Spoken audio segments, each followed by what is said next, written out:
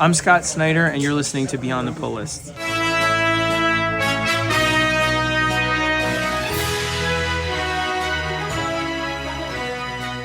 Whoa, how about that? What? That is Holy insane, cow. man. How did we afford to do that? Scott, we're so happy to have you here.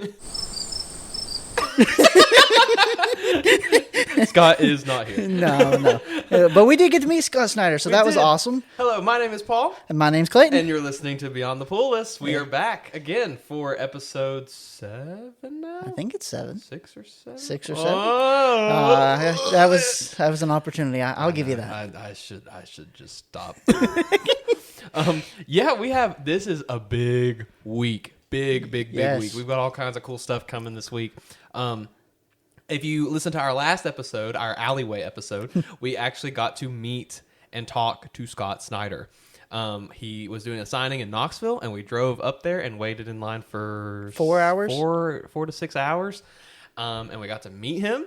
He recorded that little clip for us, so that's really, really awesome. He also answered your question. And he answered my question, which we're going to get into. I'm so excited. Real quick note before we get started. This could be, I don't know, but this could be a possible last episode for Clayton for a little bit, as we are coming up on the end game of his wife being pregnant. Yes. So my wife is currently, as we're recording, is 38 weeks pregnant. A typical pregnancy lasts 40 weeks. So we're in the end game, and she's due at the end of May. Mm-hmm. So, she could literally come. Like we've literally everything that we do together, we're having to plan the possibility of her being pregnant, Right. like her going into labor. So we're at that stage, and we've got precautions in place in case it happens this episode. We don't know yet, so if it just randomly happens, you will know about it.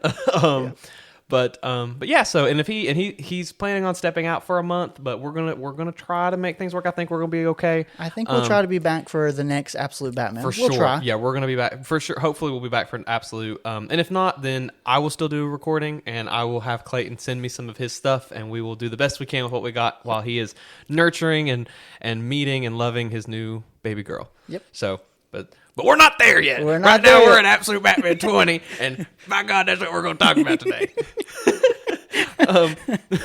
So let's talk about the signing. Like, Yes. there was a lot of really stuff. We talked about it in the alleyway episode. I like how you called it that. But we waited there, and while we were waiting there, we talked to several people in line, and it really confirmed what we had talked about. Because if you remember back to our episode, we had talked about how Absolute Batman is just drawing people in, new readers, people who haven't read and collected in 10 to 20 years. Yeah. And we had talked about how that's insane. Yeah. Absolutely insane. Absolutely insane. Yeah. And it just confirmed those people that we were talking to. It just confirmed what we were talking about. Yeah, right after we recorded, we just kind of hung out in line for the rest of the day, and it just got to the point where we were talking to the people in front of us, and they were both college students who never collected before. They had never been collectors. This was their first signing. Actually, one of them had asked me on numerous occasions, like, how does this work? Like, when do you do this? When do you unbag your boards? When do you, where do you go when you're done with the signing? Like, all those things. And it was really cool because I was like, I've never had to tell somebody that. So that's cool that people are getting into this. And that's cool that people, are liking Absolute Batman. But, we had mentioned that all of the other companies, their books are going up because of the popularity of Absolute Batman, and it's showing. It's showing majorly, especially on Free Comic Book Day, getting to meet Scott Snyder, and for that to be those people's first signature artist writer meeting, that was one of the best artists I've met. Yeah, right. Like one of the best writers. Like out of everybody that I've met, I've never had a reaction like I've had with Scott Snyder. Yeah. Especially this is my first Batman signing. I've never been to a Batman signing. So that was even cool on top of it. Cause I'm used to the same Venom stuff, or meeting Clayton Crane for the 8th time, or I recognize Mark Bagley. you. Yeah. He's like, oh, it's you again. Why are you still here? Give me your 100 books. Okay. How many of these are you selling? None of them.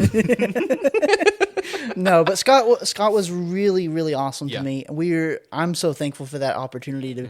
He was just so laid back, so nice. Talked to everybody, spent time with everybody, and that was really cool to see. And that, honestly, really ties back to everything. Those new people who got to meet him, who are collecting and reading for the first time, that's going to leave a huge impact on them because they're going to want to come back and they're like, "Well, Scott Snyder was such a cool guy.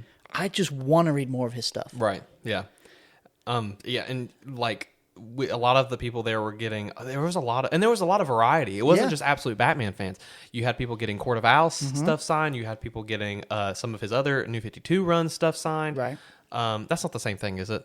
New 52 was Court of Owls. Okay, and then he did something. He did previous before New 52. Yeah, right. So he did. Batman Yeah. stuff. So some of his previous before New 52, Court of Owls, and Absolutes were the biggest. And do you want to tell about some of the stuff you got signed? Sure. So I had his Dark Knight's Death Metal, Last Stories of the Multiverse story, and that was really cool to have him sign it. When he signed it, he even said this was a pleasure to work with Jeff Johns on. Yeah. And that book you had actually bought me for my birthday one year. I did. So I really wanted to get that signed. I got Absolute Batman 14, which is still probably one of my favorite single issue comics ever. It is. Yeah. I got that one, and then oh goodness, I'm blanking on it, but it's basically the return of Superboy Prime in the Dark Knight's Death Metal story. Yeah. I can't think of the title, but that was really cool to get him to sign that. Yeah. And again, just to be able to get a picture with him, to get a recording with him, that just shows like how much he appreciates his fans. Yeah. And that means so much. And one other thing I wanted to add to this conversation here, I saw a video the other day about a comic shop owner.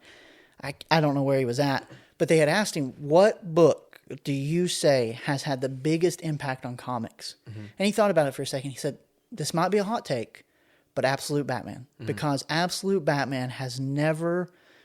There's not really been a comic in the last 20, 30 years that has just drawn people in, been like, I want to read this, I need to read this.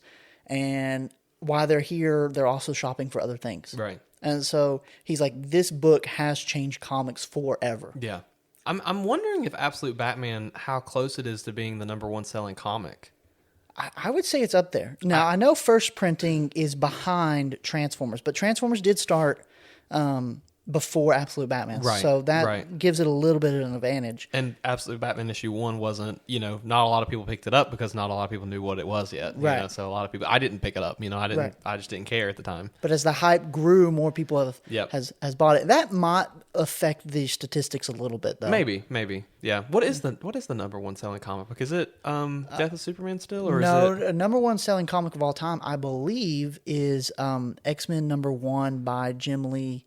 Okay. And Chris Claremont. I could be totally wrong on that, but I know Rob Liefeld once posted, as controversial as he is, that he has like the highest selling comic book, the most selling comic book, the biggest Captain America chest? Yeah. So he has all that apparently, and so I need to kind of fact check him on that, I guess. But I don't know. Like I was thinking recently, I was like especially hearing all these people, like, man, Absolute Batman has to be getting up there. It has to. There's just no way. And anytime we that's the thing, is getting to the point where like on our show, anytime we talk, like Absolute Batman is our big day of the month. And those are our biggest episodes. Yeah, those are our biggest episodes, just because we have so much to talk about, and because Marvel's not doing anything good, which we're 100% going to get into some of the new news about what's going on with Marvel coming up. I guess due to the success of the Absolute Universe, you are not. I'm very excited to hear you. We've done that thing again where we've barely talked about it like off the mic because we want to hear our full opinions on the show. I'll give you a preview of what I'm going to say now. You remember in Hercules, the Disney one, where Hades gets really mad and he just like bursts into red flames? Yeah, that's pretty much me right now. I don't know if I'm going to get that mad, but my rage from previous episodes is turning into like just carelessness now. They ruined my anniversary. So a quick story on that. Marvel announced the Midnight series. We'll save that for later on in this series, in this episode. But I'm so annoyed with it, and that I just want to rip it apart, and we're going to. And First thing I did on me and my wife's anniversary this past week, I opened up Instagram, and the first post I saw was this, and I'm like, nope, they made me mad again. Yep. I hate everything. Yeah, it's. Do you want to just talk about it real quick? We can save it because I want to talk about the peak. Yeah, and then just kind of go from there. and then we'll get to the more watered down part of the the spaghetti at the end. Right. Real quick though, if you want to hear more about the Scott Snyder signing, you can actually listen. Comics Exchange, the comic book store that hosted him, they have their own podcast. They shouted us out, so we're going to do the same for them. Yep. So go listen to Comics Exchange. They dropped the new episode. It's out now. I haven't listened to it yet, but you can hear us on it. We are on it for like 5 seconds. So, and I think there's a clip of all of us going, "Thank you, Scott," and we all, me and Clayton were in the room when that happened. So technically, we're there.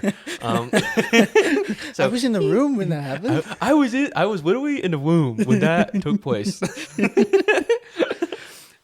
So first thing first, before we get into Absolute Batman 20, we're going to get straight into it because we are dying to talk about this issue. This was a absolute freaking banger issue. Yeah.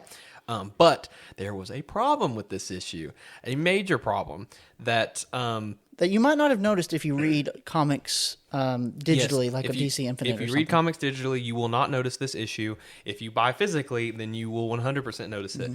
Every single copy of this book is damaged. So there was something that happened during the printing process. I don't know exactly what it was, but the spine, kind of in the middle of the spine where... Like the middle staple? It's where Dick Grayson, or is that Dick Grayson? Yes, Yeah, Dick Grayson, Grayson's Robin mech suit.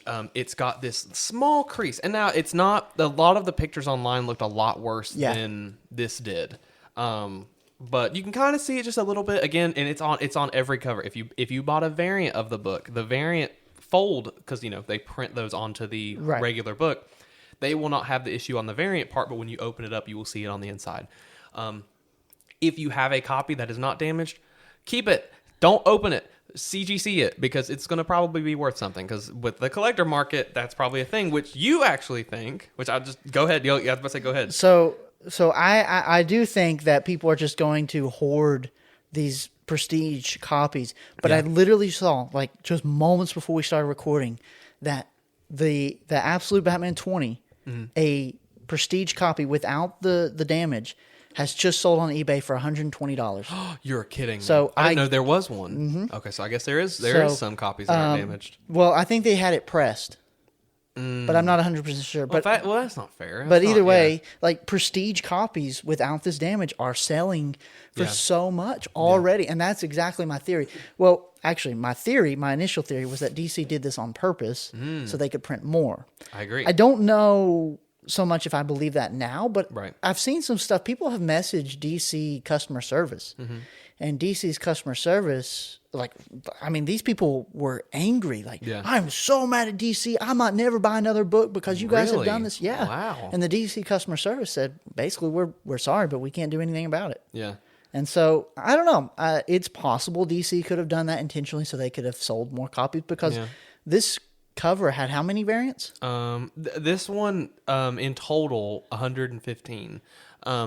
Over the counter at every comic book store variant, it's like 5. No, it's a lot more than that. It's like maybe 8, because there's a variant of each Robin, and then there's 2 Batman variants, and then the main cover. Okay. So yeah, probably like 8 variants total over every store counter. But when you count all the variants, including other like exclusive online shops and stuff like that, you're getting up to 115. Yeah. Which is a lot. I'm waiting to see what 21. How many variants they get, because I'm sure it's going to be 125.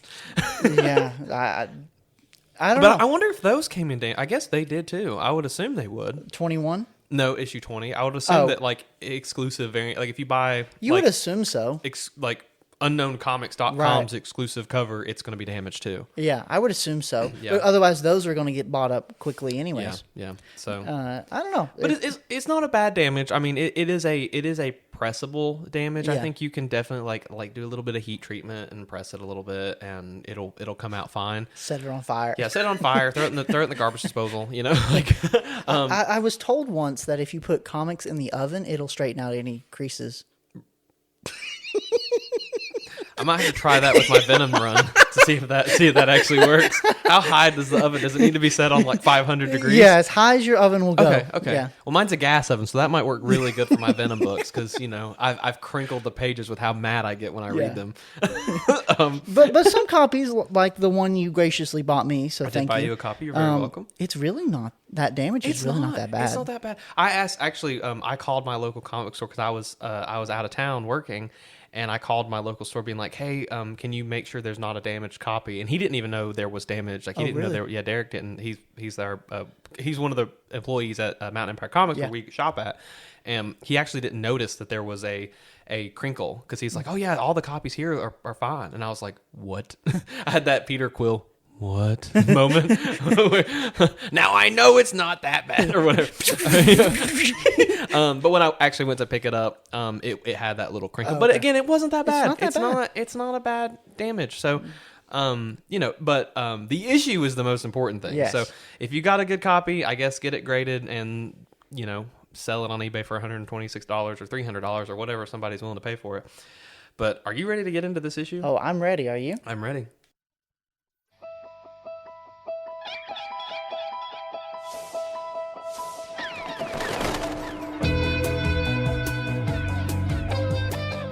Okay, All so right. we have a crazy issue. So starting off with the first few pages, these were the pages that were actually presented online. And I kind of want to do a page by page on this one. I think this warrants it because I really think there's a lot to talk about. Yeah. And I'll start off by saying that this issue doesn't have a whole lot of insane action. There's not a lot of action, but that's okay. But that's okay because not every issue in a story needs to have insane action. But what Scott Snyder and Nick Dragotta and the whole team here were doing were really building the tension, really setting the stage for everything that is to come. This is just like he is laying the groundwork and he's just going to build on it from here. Yeah. And so if you're looking for a book with high octane action, you're not going to get it here. Yeah. But this is definitely a world building issue. This is a world building issue, which I think these issues are very important, especially for this arc being a big arc. And real quick, one last thing. Actually, I'll just go ahead and play it right here, right now. When do you think that we're going to learn more about Absolute Joker? Well, you learn a lot more about him, and like really soon. Like, I mean, he has his first kind of big confrontation with Batman in this arc, so you'll see more about his cave, more about how he thinks, like everything. Okay, so Scott Snyder, I asked him those questions, and he said that we were going to get more about Joker in this. And first page of this issue, we get it. We see into the Batcave. Yep. Or the Joker cave, I guess. Cave. Honestly, just go ahead and take it away. So one thing I do want to, I am curious because what I have noticed about this book, and we're going to talk about it, is how everything Scott Snyder and the team does is intentional. Yes. There is no wasted space. No. And so I'm right off the bat, the first panel, I am almost curious. I'm curious what the time, because in regular Batman comics he puts it to the time his parents were killed. Right. So I'm curious what is the significance of this time here. What is it's 10:46. Okay. 10:46, 10:47 on the clock is what time it is. Oh, well, 6-7. Oh, no. I'm done. So, no more. So we see the time, and we see the grandfather clock being moved back. We go down into the Joker cave, and we see these screens playing, and it's really a replay of everything that we have seen in the Absolute Batman storyline so far. We see Batman, we see Joker, we see Bane, Black Mask. We somebody is watching on these screens everything that's happened, and you hear he little chuckles as is playing, and we see the dinosaur, we see the penny, the big penny, because you can't have a Batcave without the big penny.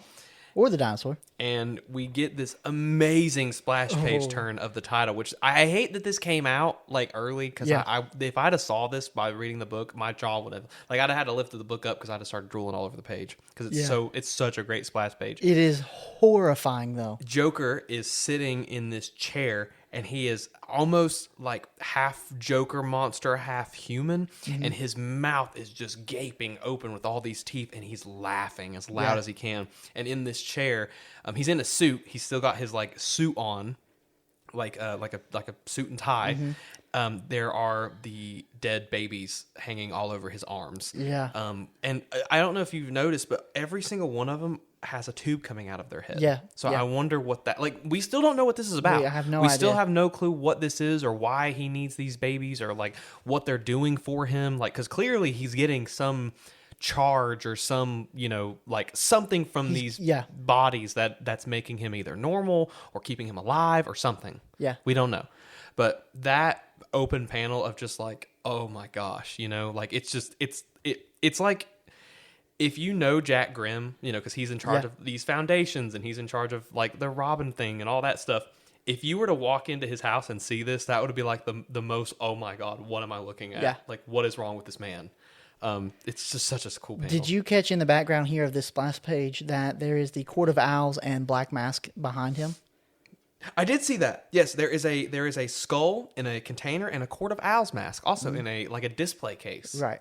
In his Bat cave or Joker cave. Joker kid. So as we turn the page, then we get to a newscast, and this is a news reporter is interviewing the mayor, the new mayor, and it's talking about, well, this Robin initiative is doing so great because we saw last issue that the Robin initiative was put in to basically stop Batman. Yeah.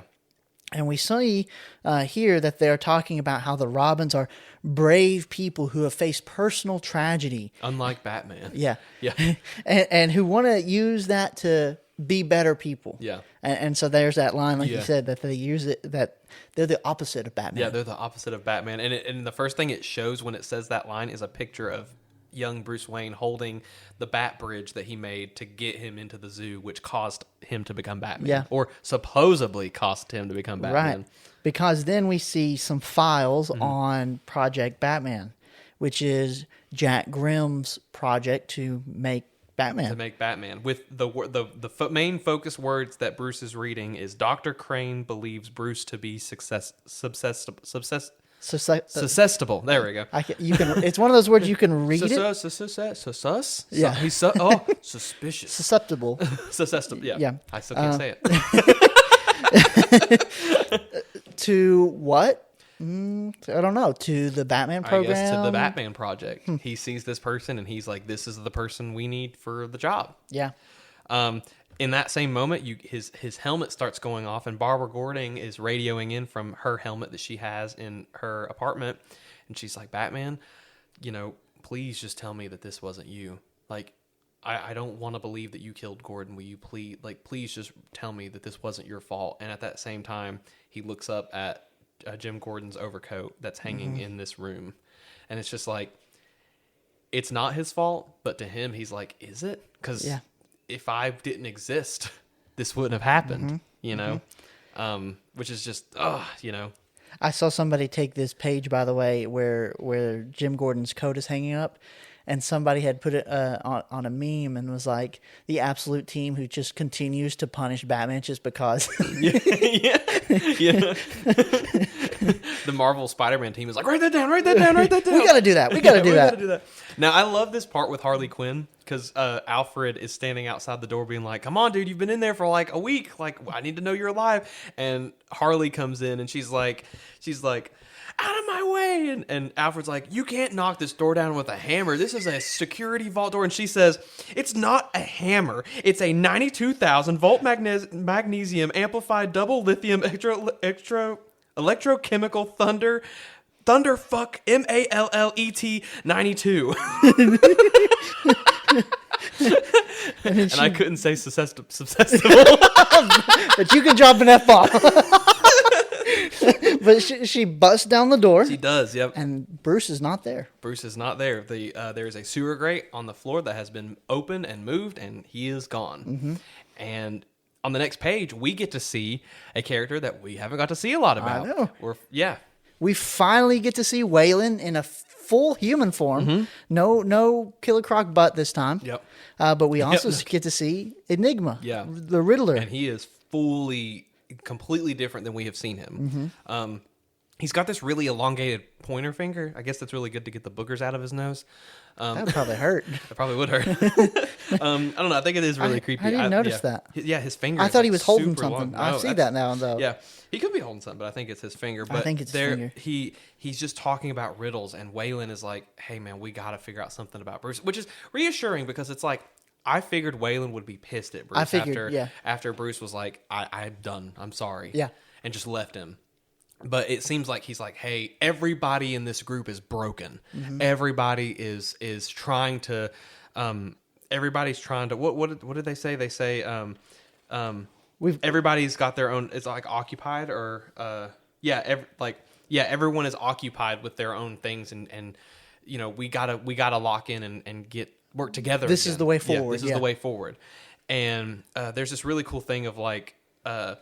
Waylon's like, can you look at me? And all of the screens in the room mirror, show Edward's face, and he goes, I am looking at you. Yeah. And it's like, ooh. But it's really insane. So to describe this panel is that Enigma has a computer really hooked up to his brain. Yes. And he's like dancing almost, it looks like. Yeah. And he's solving these riddles. But around him is just like 100 computer monitors, screens. Yeah. And he's just watching them. And so on the computer screens, it was his face before Bane destroyed it, pretty much. Yeah. And so that's really cool. And then as we turn, we see that Enigma is keeping tabs on Harvey and Cobblepot. Oz, yeah. And I'm really, I can't wait for the next issue because that's when we're supposed to see more of them. Yeah.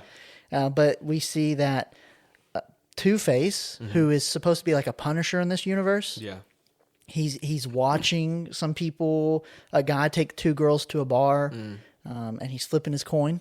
It's a poker chip. Yeah. Yeah. It's a poker chip, which I'm wondering how that, because a coin is a little different because it's like a 50-50 thing, but how does I guess unless the poker chip is burned on one side, I don't guess know. That still applies. There's some covers that were released for 21 where it's a bunch of different poker chips. Huh. Okay. But they play poker. Remember the game do play does. poker. Yeah. You're right. Yeah, they do in those first issues. Huh. Yeah. Interesting. I need to go back and I'm trying to reread it as consistently as possible because it's my favorite book right now. And I did reread this like 2 times before you came over just to really get into it. And then we see Cobblepot and he's just kind of being a mafia boss and he's completely just like tired. I guess he's just mad at everything now. Yeah. After his really awful disfiguration. Right. You know. And he's telling them to gather the weapons, gather the bombs, gather all of this. And we don't know what his plans are, but he's got something going on. Yeah, they're gonna do something. Yeah. And we get this moment of Waylon sits down and he's like, hey, like, he's talking to the Riddler and he's like, quit being so occupied. Like, look at me and like, let's talk. And Waylon kind of sits down and he's like, they burned me too. Like, I'm also facing this. And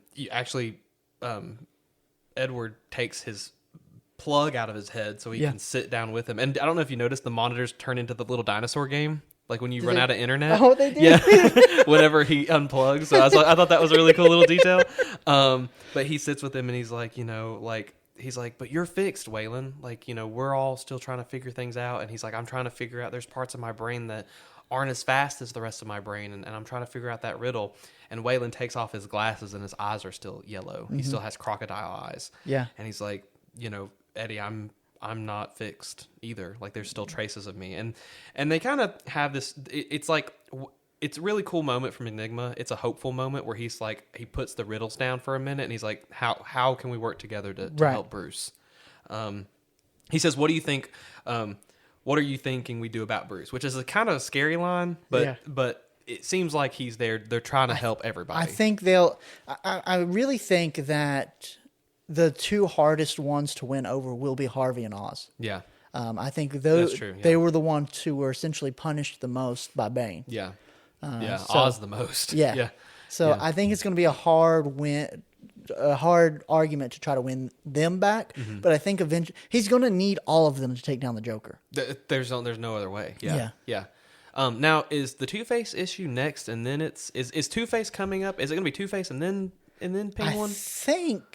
I think so, but it could That's what I also be think. that they might be variants. I think they're just variants. I know they just revealed those covers, and before, like, because issue 21 has the Robins on the cover, and Batman's like climbing into the sewer, and he's so battle damaged. Yes. But originally the covers for on League of Comic Geeks was the Dragata artwork of Two-Face and then of Penguin.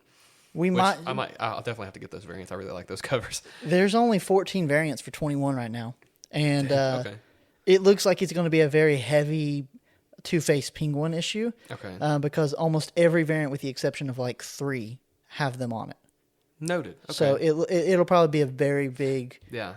issue. I'm just wondering how that's going to tie into everything that we've got coming up in this issue, because this issue, it gets into a lot of like what is going on. I don't know. This is so far. I'm like we haven't had much of this arc, but so far I'm enjoying this arc more than the others. Yeah, Not as much as Abomination. Abomination's my favorite. Yeah, Bane but was good. This one is getting it's. I can see it moving closer to passing it. Yeah. If things keep going really intently like right, they are. because we have to build. We're what, 2 issues in? We're 2 issues into this arc, yeah. So we really have to kind of build it up, Right. Yeah. and I think we're still in that building phase, but For it's sure. gonna explode. Oh my gosh, yeah. When the building's great, because we transition to another scene. We kind of go back into the past and we see a little bit about Bruce and is that Falcone? I Yes, guess that's Falcone. yes. Yeah. And they are. It turns out that he is putting Bruce into Blackgate as a way to. That's how he's going to work off his debt, and he's going to be Falcone's eyes and ears inside of Blackgate.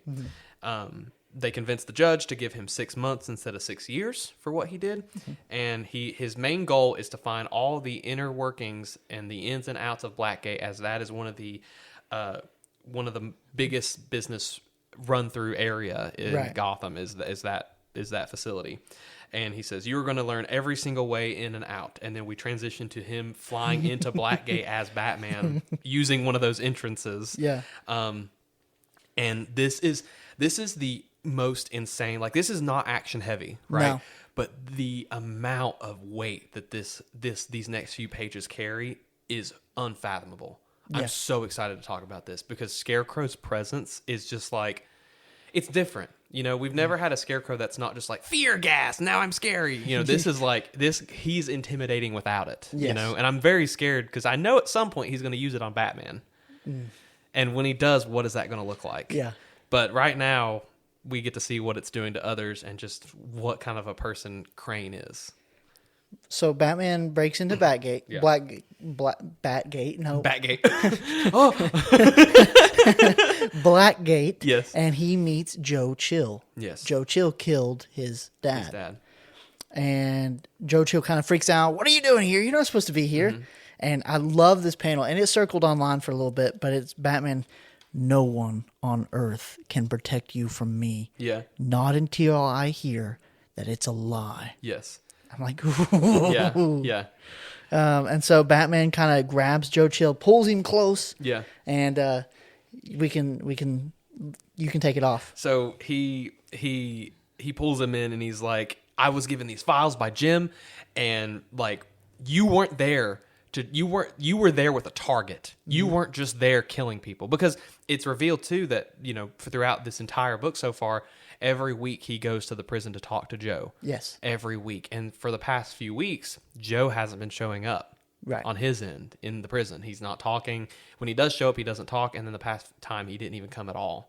So and then right after this, they moved him to this more secure wing to Blackgate. Yeah. So he's like, you had a specific target, and, you know, like, he says, he's talking about Bruce, and he's like, that Bruce is poring over these tapes and constantly looking into what you did. And like, you're really going to sit here and act like you didn't do anything? Like, it's just a coincidence that they move you from one wing to the other. And at that moment, he's like, help me, someone please help me. And Batman's like, say it's a lie. And we get a match strike in the bed, and there's Scarecrow, which just the snap presence of him being there. It's like, whoa, That threw me for a loop. I was it like, was just my like, gosh. yeah, that's if this was a movie or a show, dude, this would be the most exciting thing to watch. Just, and then he's just there, and you're like, oh shit, you know what I mean? Like, And it's that, and he doesn't even say like, hey, what he says is, Yeah. easy there, friends. yeah, Yeah, you killed Jim Gordon. It's me. I heard it was you, but my guess it just became too much to him. Happens a lot these days, you know. And like he puffs a cigarette and he blows it in Joe's face, and he says, "Why don't you go make your bed while we talk?" He's like, "Okay," and he starts going and making his bed, and Scarecrow, he's talking about how like, now I know you're like. Yeah, first of all, he knows he's Bruce. Yeah. He's like, he calls him Bruce. And then on top of it, he's like, I get why you're angry. Like, none of this makes sense. The Batman project, like, what is all this? And, he says, that's because you're missing the key, the reason for it, why you, of all people, were chosen for this part. Mm-hmm. And he's like, he just says, like, why would I listen to you? You're just another one of his operatives. And this is the hardest thing I've heard anyone say. He says, could be, maybe I am some operative, traveling the world, toppling governments, causing panic, yada, yada. Or maybe I'm just a straw man out for a walk. and that's the title of the book, and it's like, title of the arc. I almost grabbed my mic and started shaking it. I'm so like, that was just so like, I don't know, like his like minor presence is just so like, I know that this guy has more to him. Yeah, like he is. Like, he's so scary, and he hasn't even done anything yet. No, you know he just talked. He just like, talks. That's it. Yeah, and he says, like he tells Bruce that the reason why was this all done to you, and he said it's because of your mother. Your mother was a loyal member to the Court of Owls, a terrorist, and Batman's like, shut up! And in that moment, he reaches in the cell, and Two-Face, Scarecrow pulls out a switchblade and stabs him under his arm, like by the armpit. I said, how much did that hurt? That hurts. Like that hurts just thinking about it, man. Yeah. And what's so cool about this page is this page has splatter up, like, because all these pages in the book have white borders. Mm-hmm. This one has blood splatter. Yeah, like it's which is so cool. That's such a really cool little detail, and. He says, he's like, Gordon hid it from you. And like, he also says, but all this is true. In fact, it's where your mother ran off to their super secret headquarters, though, from what I hear, that didn't end too well either. Mm-hmm. So we still don't know about Martha. I don't think she's dead, but she could be. Yeah. But like, something, there's something going on there that we've Scott's avoiding for some specific reason. Yeah. Like it's going to be some big break. She's going to show up and she's going to kill Scarecrow or something. Dude, that would be sick. She comes in as a court of, or she comes in as the Talon to help Batman. Oh, peak. But finally we get this line, and he's like, he says, your mind really? Just think back to that day at the zoo. You really don't remember any signs? A calling from high above, maybe? Yeah, you remember. Now, I know it's hard realizing your whole life was some project, but the good news is it's not. See, Grim and I, we thought it'd be funny. After all, what's the natural prey of an owl, Bruce? That's right, a bat. That's the why of your life. Batman isn't a project. He's a joke. Mm-hmm. Oh my god! Like, dude. We talked about it briefly before we recorded. Yes, yeah. And you went back to issue 1, issue 2, and you were looking, and you're like, man, if there are crows in these issues, I'm going to just melt into a puddle. Yeah, and there is. If you go back to issue 2 of Absolute Batman, there's a flashback of like a real quick flashback of what's happening, and the first panel on the top of the page is crows flying in the air. Yeah. So it's not like a super zoomed in, like a caw, or right. like they've been doing with these Scarecrow issues so far. Right. But it's there. Yeah. So like there's been some planning, which is great. That's awesome. This is how a comic should be written. Right. Like you don't have to have everything mapped. Like you don't have to have everything written right before you start. But Scott clearly had a mapping. Yes. Right. He had a map of just a basic, like, hey, on this, make sure you have crows flying in the air. Right. Make sure you have this, and like this is going to lead into this where this happens. And then when you actually get to that issue, that's when you spread the details out even farther. But man, his writing is awesome. Yeah. And just like, again, this issue is not action heavy. It's just dialogue. And this is a great example of, like, you know, we've said before, like, oh, you know, we've been accused with Ultimate Spider-Man that, like, not every issue has to be action level. And we're like, yeah, it doesn't. But, oh, this is so good. This is an example of that. Yeah, this is because a clear example. What did we talk about? We talked about dialogue needs to serve a purpose. It needs to further the story. It needs to it needs to reveal character motivation. It needs to do X, Y, and Z, right? Right. You can't just have it just everybody sitting down at dinner talking about, wow, this is so cool. Like, I'm so glad you're Spider-Man. And I'm so glad that you're Green Goblin. Man, we're cool. And, like, I'm secretly Mysterio, but, you know, like, oh, you know, this is great. MJ, what are you eating for dinner? Yeah. This is why Absolute Batman is the best book on the market. Oh, for sure. Yeah. And that's so that almost pains me to say, because I'm like, for years I was like, I hate Batman. He's so stupid. But then this is like, man, this is peak. It still makes me so, like, all the, like, we talk about a lot of, like, how people on social media are like, I personally think it's like, not to get on a side tangent, but I personally think it's like an ad. Like, I think they get paid to do that, and they're like, oh my gosh, this is literally peak. Oh my gosh. But if you are genuinely describing, like, I don't want to sit and call everything peak, because I think that's we're stomping on the word. Absolute Batman for sure is peak. Yeah. Like, every single scene is just brutal and, like, jaw dropping, and there's not a bad issue. Yeah. Right? Like, my least favorite issue is issue 11, just because the whole issue is like a hypothetical issue. Right. But, like, it's still not bad. Yeah. Right? And even this issue where there's no action, it's just like you're watching this intense moment play through, you know? Like, I've never seen, like, I haven't seen a comic do this in a long time. No. And it really takes its time building up those emotions and setting, like, how much of a threat Scarecrow is. Right. Just being a straw man right now, right? Like, he's not, like, we don't know what he's going to turn into, but right now, like, he's just, like, what is he? Mm-hmm. Like, the premise of this whole book is we don't know what any of these characters are, right, or their goals. And that's so good, because it's like we know they have goals, right, and we know that they're up to something, but it's just slowly giving us a piece at a time. And once we get that piece, we're like, I need more. I need more. Give me more. You know, as soon as I got done reading this issue, I was like, I gotta wait a month for this next one. Come on. That's how I felt. Yeah. So at the end of that little dialogue where he talks about the crows, he talks about how the owl is the natural predator of the bat, and how Batman is nothing but a joke, not even a project. Yeah. He asks, "You done making your bed, Joe?" Mm-hmm. You turn the page, and Joe Chill is making a noose with his bed sheets. Mm-hmm. Mm-hmm. And Batman's trying to say, "Hey, what are you doing? No. Yeah. And stop. And and then Scarecrow, this is the line that I kind of thought was interesting. Scarecrow says, "They say we live in an age of fear. But me, I disagree." And just he goes on to talk about how 100 years ago a farmer feared certain things, but now he still fears things. And all I could think about was the last issue with all the farmers then. Yeah. So Joe continues to try to hang himself. He ties it to the pipe. Batman tries to stop him, and Scarecrow continues to speak.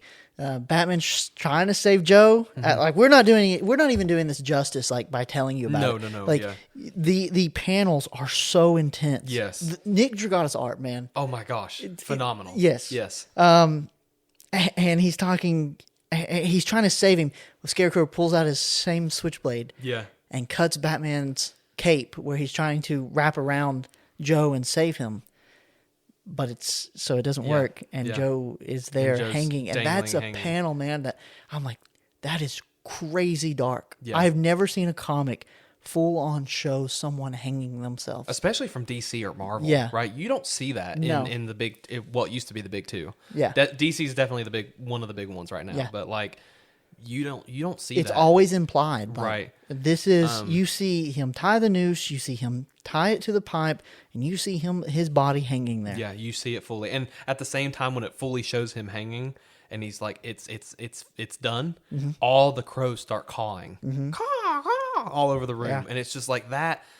Oh, you know what I mean?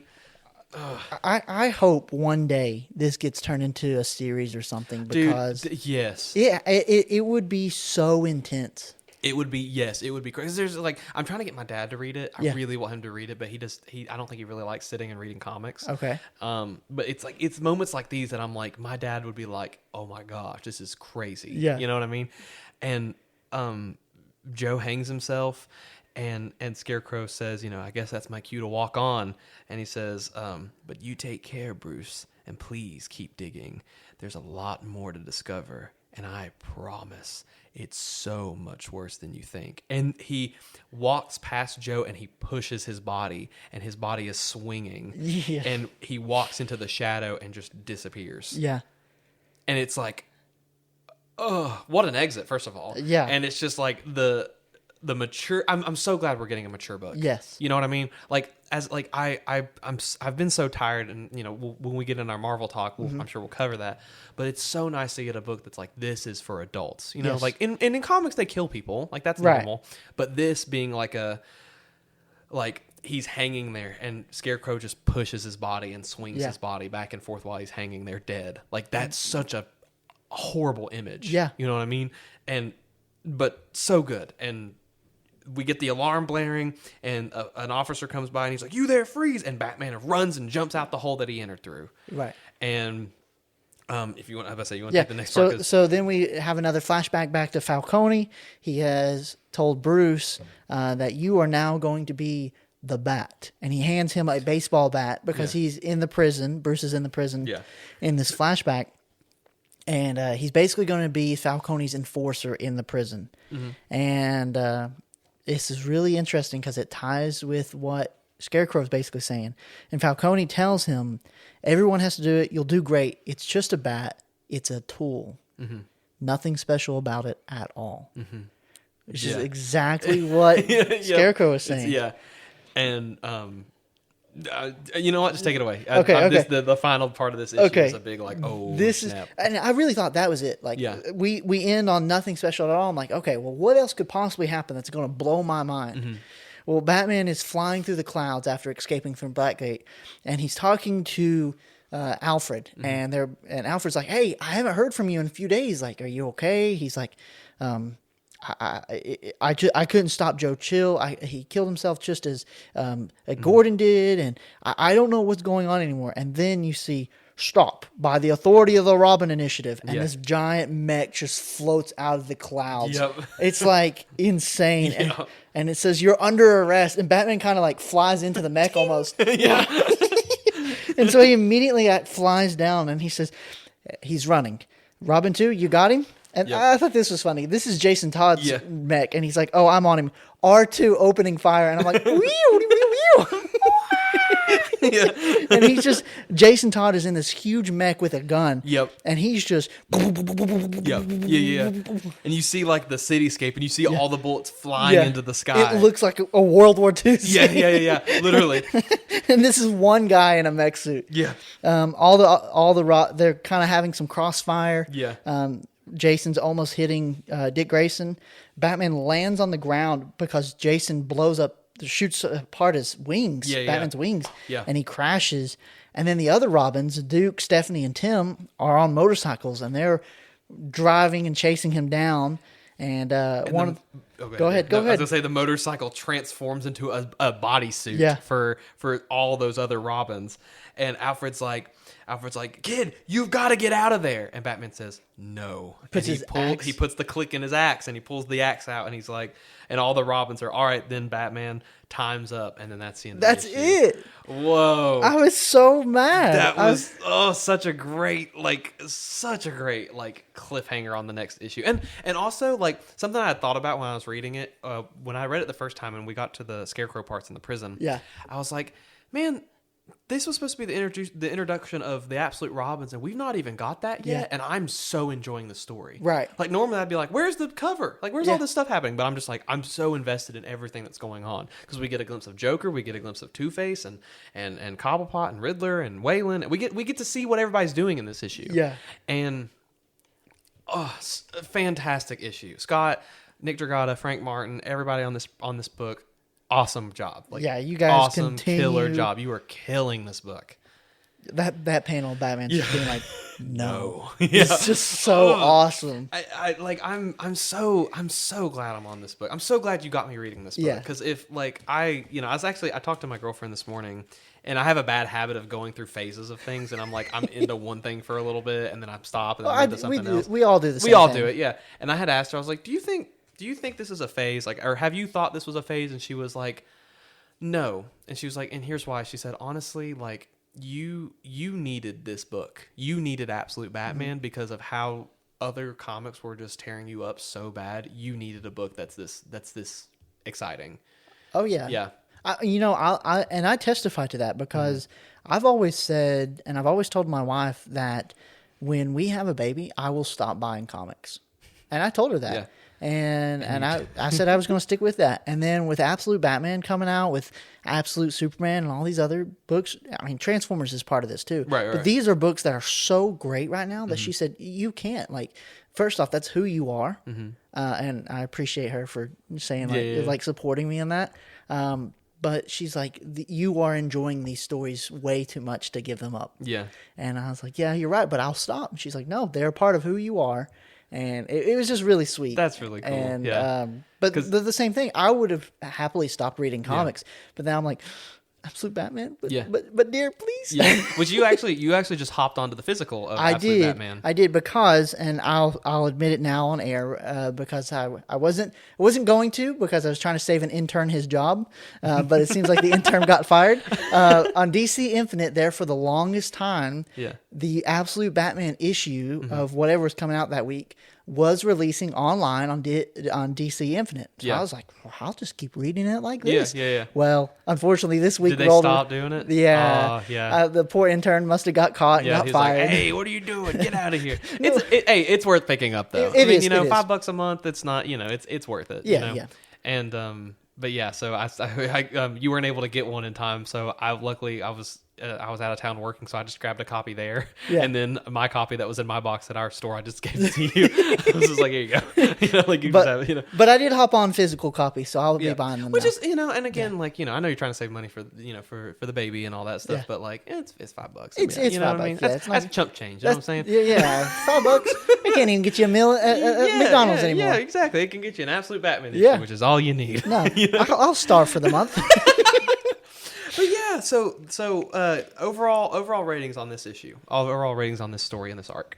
So far, beyond the pull list for sure. 100% beyond the pull list. Yeah, I wish it could go I wish there was a tier above beyond the pull list, because this is phenomenal work. Yes. Like phenomenal writing, phenomenal art, like the story, the characters, like kudos to Scott, man. Yeah. I would love to, he teaches writing classes on like a certain website. That. I would love to be on those. I would love to go, because I would love to figure out how he like when Absolute Batman is over, or like farther along in a completely new arc or whatever, right? I would love to hear how he started this book and how he planned everything out from the very beginning. Mm-hmm. I hope I can meet him and ask him. Hopefully one day we can get him on the show. That'd be sick. That would be awesome. Hey, if you want to come on the show, just reach out to us on Instagram at CommentNation1776. We will answer you back. Yes. 110,000%. But yeah, I would love to pick his brain, because as a writer, this is a complex story. Yeah, and it's hard to it's not hard, but looking at it from outside in, I wonder how much he's got all these puzzle pieces and he's got to put them in places that they've never been before. Right, and it's like, how do you put that together and build this story so differently from what we've already had? Yeah. So I'd love to pick his brain on that, but this is such a good book. Yep. Such a phenomenal story. We've said it before. We'll say it again. If you're not reading comics and you want to just pick up one book out there, it is Absolute Batman. Yes, pick up Absolute Batman. And I don't think we're going to have more print issues. Of course, this issue had the print problem, but none of the issues before have had that. And that happens sometimes. It does. That's a comic book thing. I mean, I remember working at Mountain Empire. When I worked there, Amazing Spider-Man 800 came out, and they left a highlighter in the box, and it bled through 5 issues. That stuff happens, Right. Like, it's not...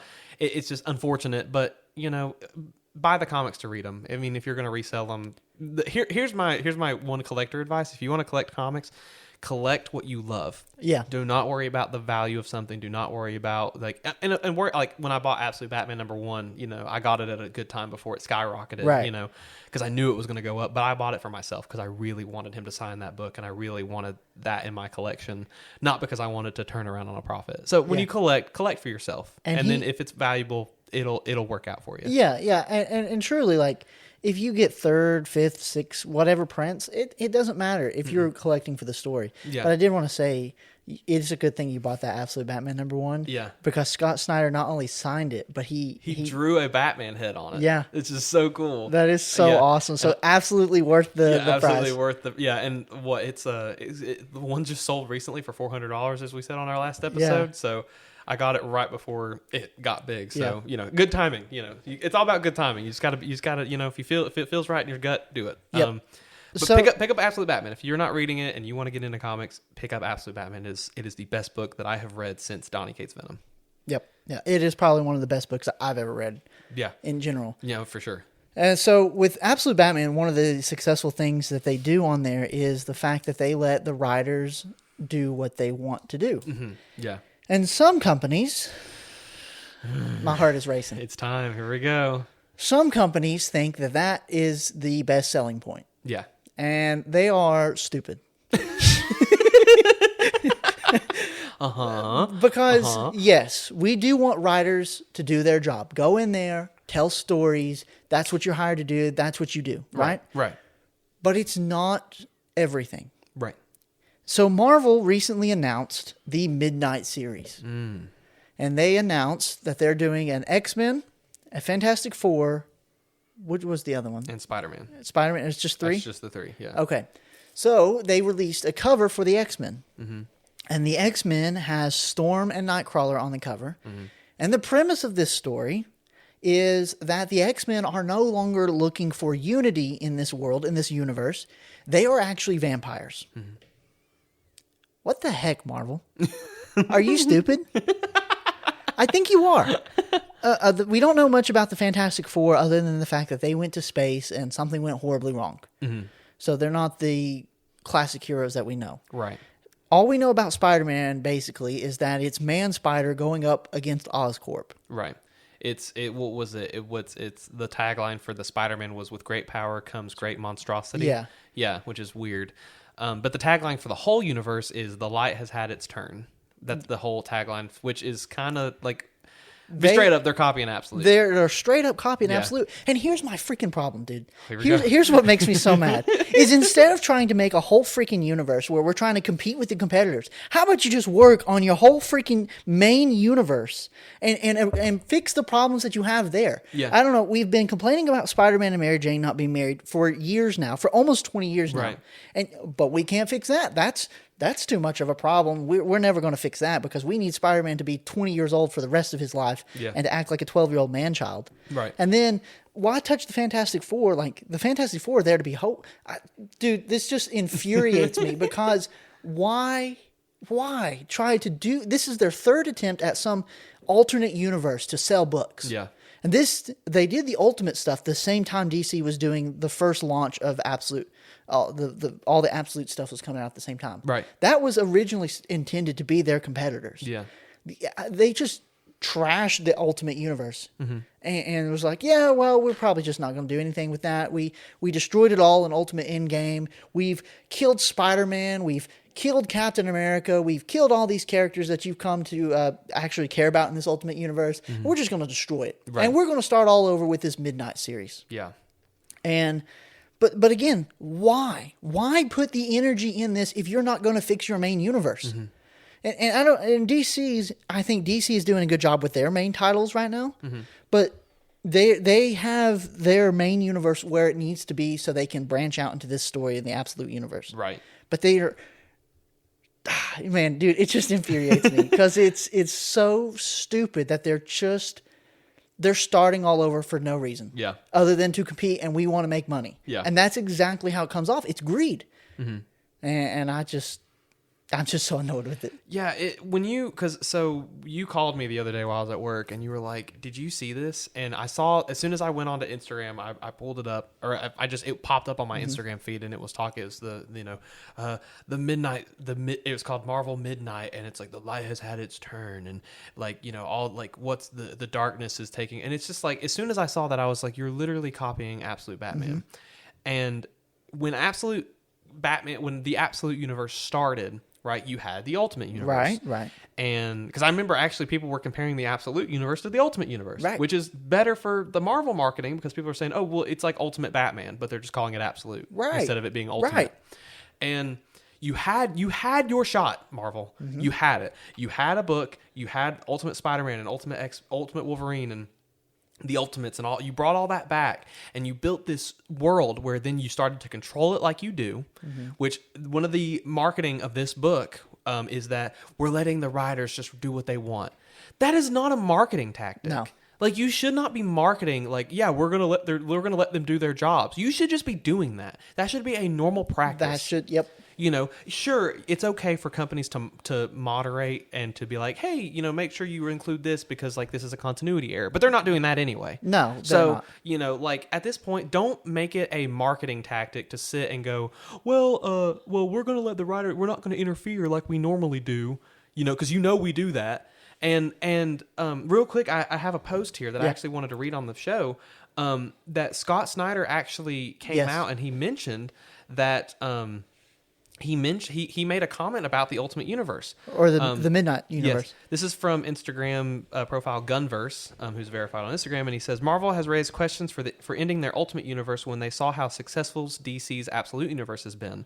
Marvel is now launching their Midnight Universe, and the fans are saying they have copied DC. Scott Snyder said, quote, "Sometimes the same ideas are just in the air," end quote. His full response was, quote, "I love the Ultimate line, but we pitched Absolute before Ultimate started, back in 2022. Sometimes the ideas are just in the air. We considered changing our approach when Ultimate started, then decided to just keep the path," end quote. So, of course, these companies are going to be looking at each other and trying to compete. But first of all, kudos to DC. And actually, I appreciate Scott Snyder actually coming out and saying that. Like, hey, when Ultimate started, we considered reapproaching this whole thing. Right. But then they were like, no, let's just keep which I'm glad they did, because they would have copied a dying animal, which was the Ultimate Universe. But I'm not at all excited. I have and people are already on social media doing this is going to be peak, like Spider-Man's going to be evil. I don't care. You know why I don't care, Clayton? Because I know in a couple of years after this book is out that they're going to start trying to tease some big crossover with all of the monsters and at the end of the world, and then it's going to end. And then when it's over, they're going to pitch some new freaking event. I don't care. They're going to do blind bags. They're going to do all the stupid little gimmicks that Marvel's doing to make their buck, and that's it. And it's like, Marvel, just give us what we want. Sit down. Marvel needs to just redo everything. Yeah. I mean, they need to put people in editorial positions. They need to rehire writers. Right. And the art's fine. Marvel's art is really good right now, to certain extents, but like the writing is not good. The story is not good, and it's every decision that they are making is statistic based only. Every decision they're making is well DC's doing this, so we should do something. We need a universe that's dark and gritty because that's what DC. No, DC's Absolute is successful because the writers are actually getting to do their freaking jobs. Unlike what you let them do, because you're the editorial is such a control freak at Marvel. And I don't even feel like with Midnight, I feel like at some point they're going to still be like, well, I think you should do this. Well, you should probably they're still, because they can't freaking help it. I almost cussed. They can't help it. They can't help but give their stupid opinions when it's like, dude, just sit back and eat your donuts and your Twinkies and let the writers do their job. Right. Except for Al Ewing. I'm sorry, just kidding. So what I was going to say is there is no such thing as the big two anymore. No. Historically speaking, in comics, since the 60s, there has been the big two, Marvel and DC. Yeah. And that has been the case for as long as comics have basically been around. Now, there is no such thing as the big two anymore. And if there is, it's DC and Image. Yeah. Because because Marvel is no longer a contender. No. Marvel, and we've talked about this before. Marvel banks on the movie so hard to drive their sales. That's all they care about. Yeah. DC cares more about the comics.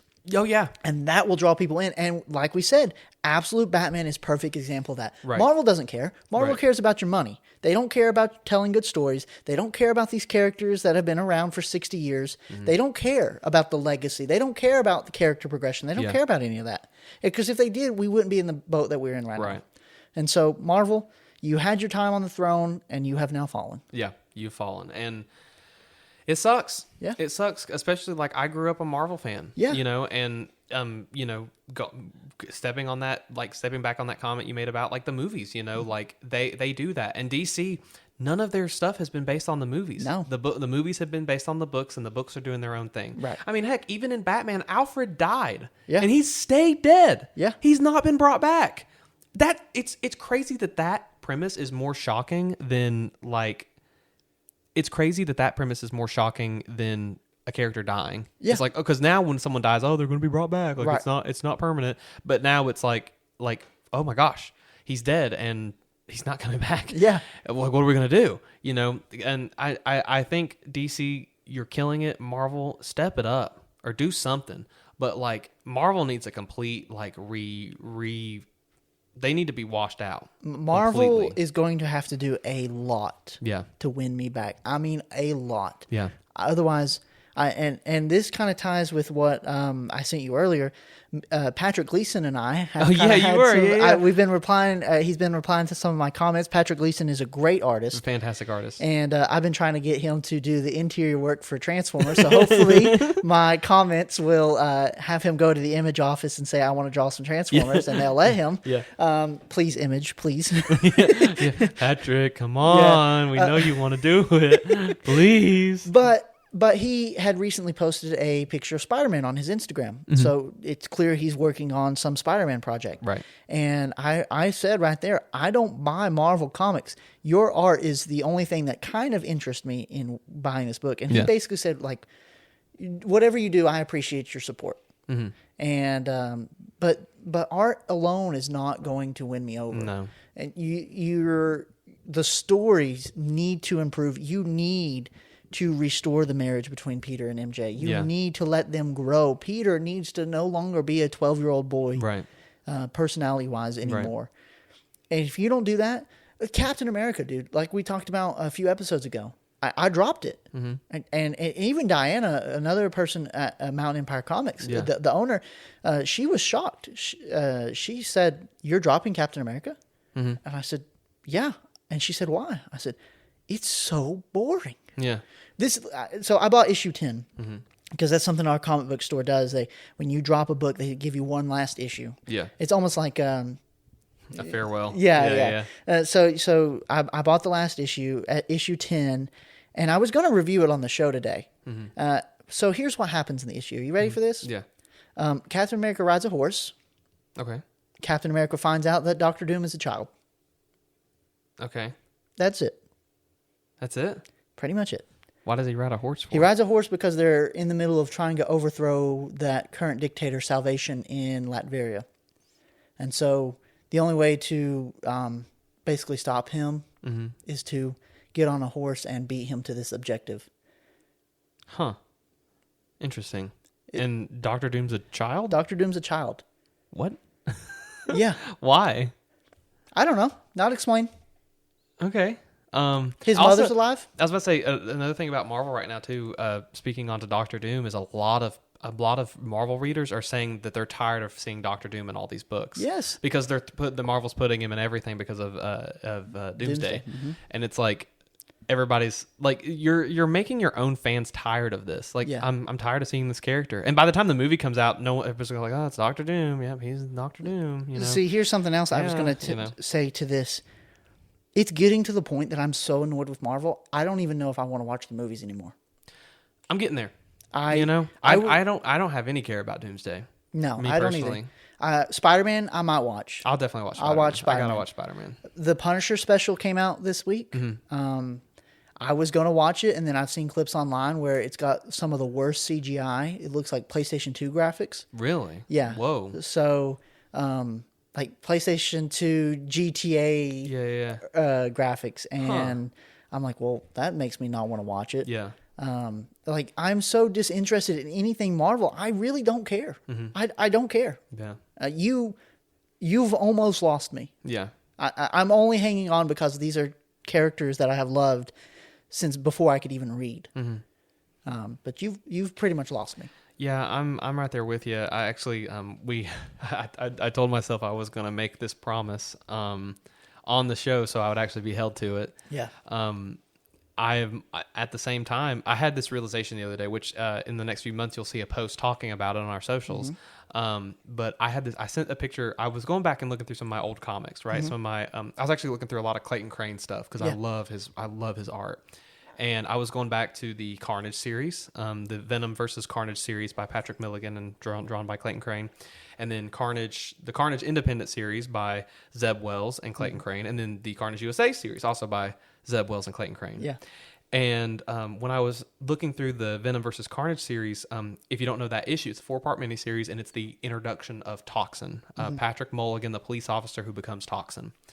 And I remember I was reading that, and I was like, man, this art's so good. And man, Toxin looks so cool. And man, I love, like, and then I had this thought of like, where is Toxin right now? What's he doing right now? Because I genuinely forgot that he's in the new books because he had this really big transformation of looking like a Bucky Barnes sidekick. Yeah. I if you're listening to this, Google Toxin, Clayton Crane Toxin, and you will see the pictures of him from that book, and that's my Toxin, right? Yeah. And then look up Toxin Al Ewan. It's in Venom issue 251, which is my least favorite Venom issue of all time. You see his he pops up and it's awful. Yeah. And that's another thing. It's like you're tearing apart these characters that we grew up with. You know, like you're especially for me, and it's like I see that and I'm like, what's happening to my favorite characters? Right. Why are they all being watered down so profusely? Because if you don't know, real quick lore, right? Toxin is the 1 millionth symbiote to be born out of Venom's line of spawn. Because Venom is, technically the father of Carnage, and Carnage is the father of Toxin. Right. Toxin is powerful. Toxin is a tank. Literally, he has fought Carnage 2 separate times and beat the tar out of him. Oh, wow. Carnage. Yeah. Like, Carnage was left laying on the ground, like, tired. Because Toxin whooped his ass so hard, right? And in these new books, he can't even take on Doc Ock.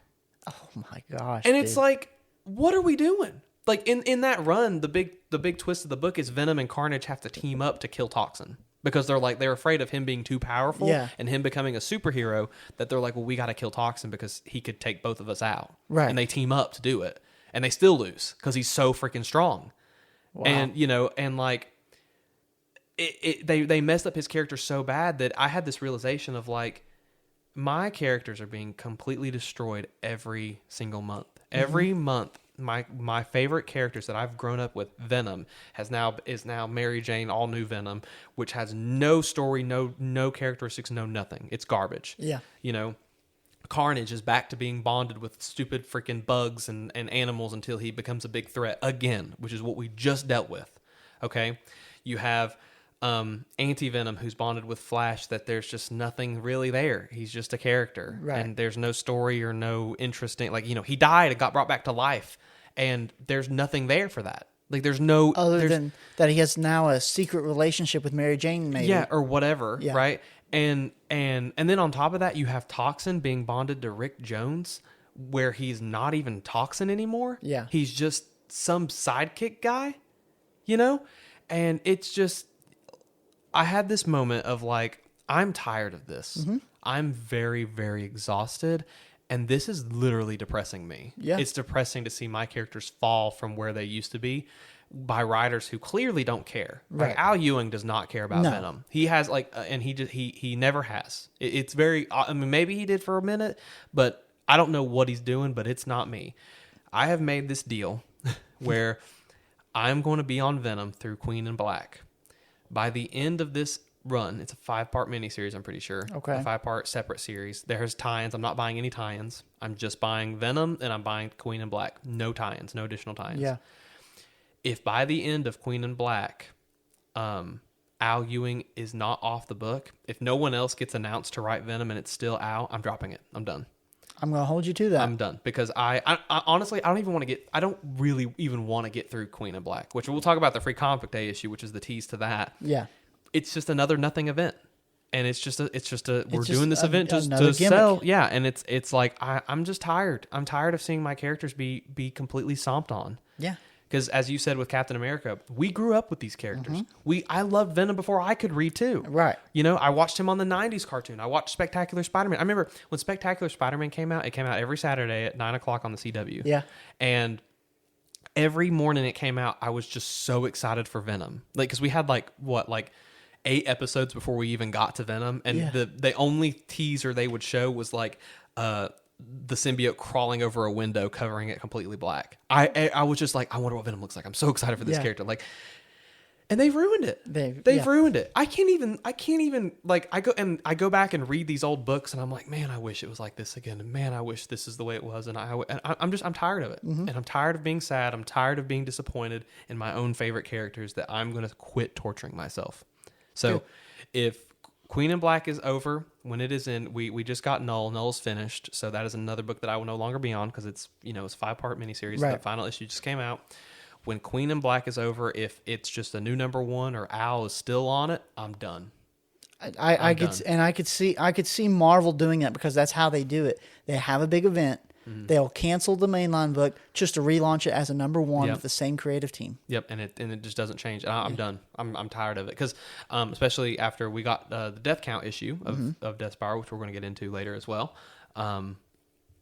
Everything's useless. It's all just whatever, and I'm done. Yeah. So there's my rant on Marvel too. Yeah. So in our notes we have Marvel sucks. Yeah. And so let's sum it up. Marvel sucks. That's a good 2-word summary of what we just all thought. Yeah, Marvel sucks. Marvel, you suck. So we have some comics that we did actually maybe enjoyed. Well, maybe for me, but not for you. I didn't enjoy it. Yeah, absolutely. We had talked about my favorite. So we're going to talk about some comics that we have on our monthly, weekly pull list.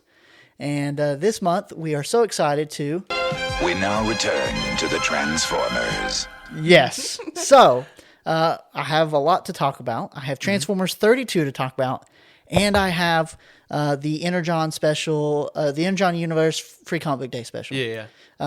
Real quick, before we get into Free Comic Book Day special or Transformers, did you notice that Marvel, this is just another thing that I want to rant about real quick. Yeah. Marvel changed the name of Free Comic Book Day. These all say Free Comic Book Day or whatever. Marvel says it's Comics Giveaway Day. I saw that, and I don't know why. Because I hate them. I might know why. I wonder if it's because a lot of people are going to the store being like, well, I want to get free comics. And then they're like, well, only these comics are free. Right. And you have to pay for everything else. I wonder if that's what it is. It could be. It could be. That's fair, but they're the only ones doing it. Yeah, screw that. Screw them. Yeah. Like, no. Yeah, now you're going to ruin my one day of the year, Marvel. Right. Why don't you just turn Christmas into freaking tree day? I don't care. Like, yeah, ruin everything, Marvel. Like you're having your, Gabriella's finally having her baby, and they're just like, it's not called fatherhood, it's called stupidhood. Yeah. Marvel, what are you doing in the room? Get out of here. The doctor's like, don't you want to marvel at your baby? And I'm just punching. No, I would never marvel. No, I wanted DC. What's DC stand for? This is my absolute child. So Transformers 32, we are continuing. We picked up last where Megatron got the Matrix of Oppression. Yeah.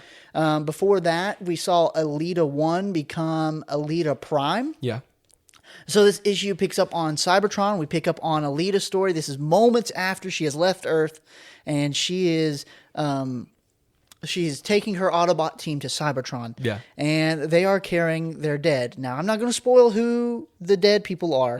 You can't look. Yeah, because I'm. You left me the trade. I still haven't read it. I'm sorry. I left Paul the hardcovers, the first 12 issues. Yep. I just want you to read it. If you don't like it, that's fine. I'm gonna finally sit down and do it. I just have to sit down and do it. It's good. So they have their dead. And let me just say, if you're posting spoilers 2 days before this book is out, go get a life.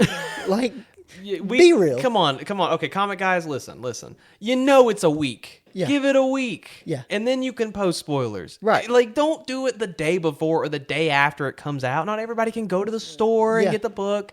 Just wait a week. So It's a week. Yeah, spoilers got posted, and I tried to avoid them as much as I could. But unfortunately, if you got on anything, Reddit, Instagram, people were posting it, and they really were just doing it just to get likes, and it was so annoying. But anyways, so Alita arrives on Earth. Or arrives on Cybertron with her team and Bulkhead. There was some stuff when they first initially released the pages. They just released these two here, and I'm like, well, this art just it's going to be very cartoony, and I'm like, I'm not gonna really like that. But the art really does improve. Yeah. So anyways, we have Bulkhead and the Autobots arrive, and Bulkhead kind of has this comedic moment where he comes to the space bridge, and he's like, why was I last? This was a faulty space bridge. Anyway, so they're trying to avoid this Decepticon territory. Yeah. They're going through, and we have a really cool page of the Decepticons that have kind of gathered. Ooh. You have Shockwave, who is now being called Shorb. Shorb. Because not in the comics, but in the Transformers community. Oh, okay, They're yeah, calling yeah. him Shorb because of something that happened that I'm not going to spoil it. Shorb. But all that's left of his head, his one eye, is just the orb. Oh. So okay. they're calling him Shorb. Shorb. I'm Okay. not going to like Shockwave Orb. They've put it together. Shorb. Oh. Shorb. The Shorb. Yeah. So he is gathered with a bunch of Decepticons. We see Transformers from the animated series. We see them from Transformers Prime. And they attack the Autobots. And I'm going to cover this page up so you don't see any spoilers here. But Is this like a universe, like a multiverse type event thing? no, because Okay. this continuity, like everything's combined into one. Okay. So okay, okay, I see the what you're original saying. cartoon, all the cartoons have been basically combined into one universe. Got it. Okay. So there is no like multiverse stuff. Right. So one of the Transformer dead bodies get destroyed again. No spoilers. Oh, okay. And it was very sad. But what's been really cool in this run is that Ultra Magnus has been suffering from PTSD throughout this series. And that's really cool. I really like that they were exploring like character development. Yeah. And so there's a really cool moment where they're getting attacked by the Decepticons, and he sees his fallen brothers. And he's trying to work through that PTSD, seeing these Decepticons, and he's like, my people need me, my people need me, my people need me. Yeah. And then finally he kind of like works himself up, and he's like, Autobots, load up and pile in. And he transforms into a truck, and he drives straight into Shockwave. Oh, crap. So it's a pretty cool moment there. But you're seeing the Autobots basically get their butts kicked by all these Decepticons. And Alita pulls out the Matrix, and she's like, light our darkest hour. Yeah. And the Matrix does nothing. Oh no. And so she starts punching the Matrix. Oh my gosh. And I'm like, that's kind of weird, but okay. Yeah. And it turns into a sword.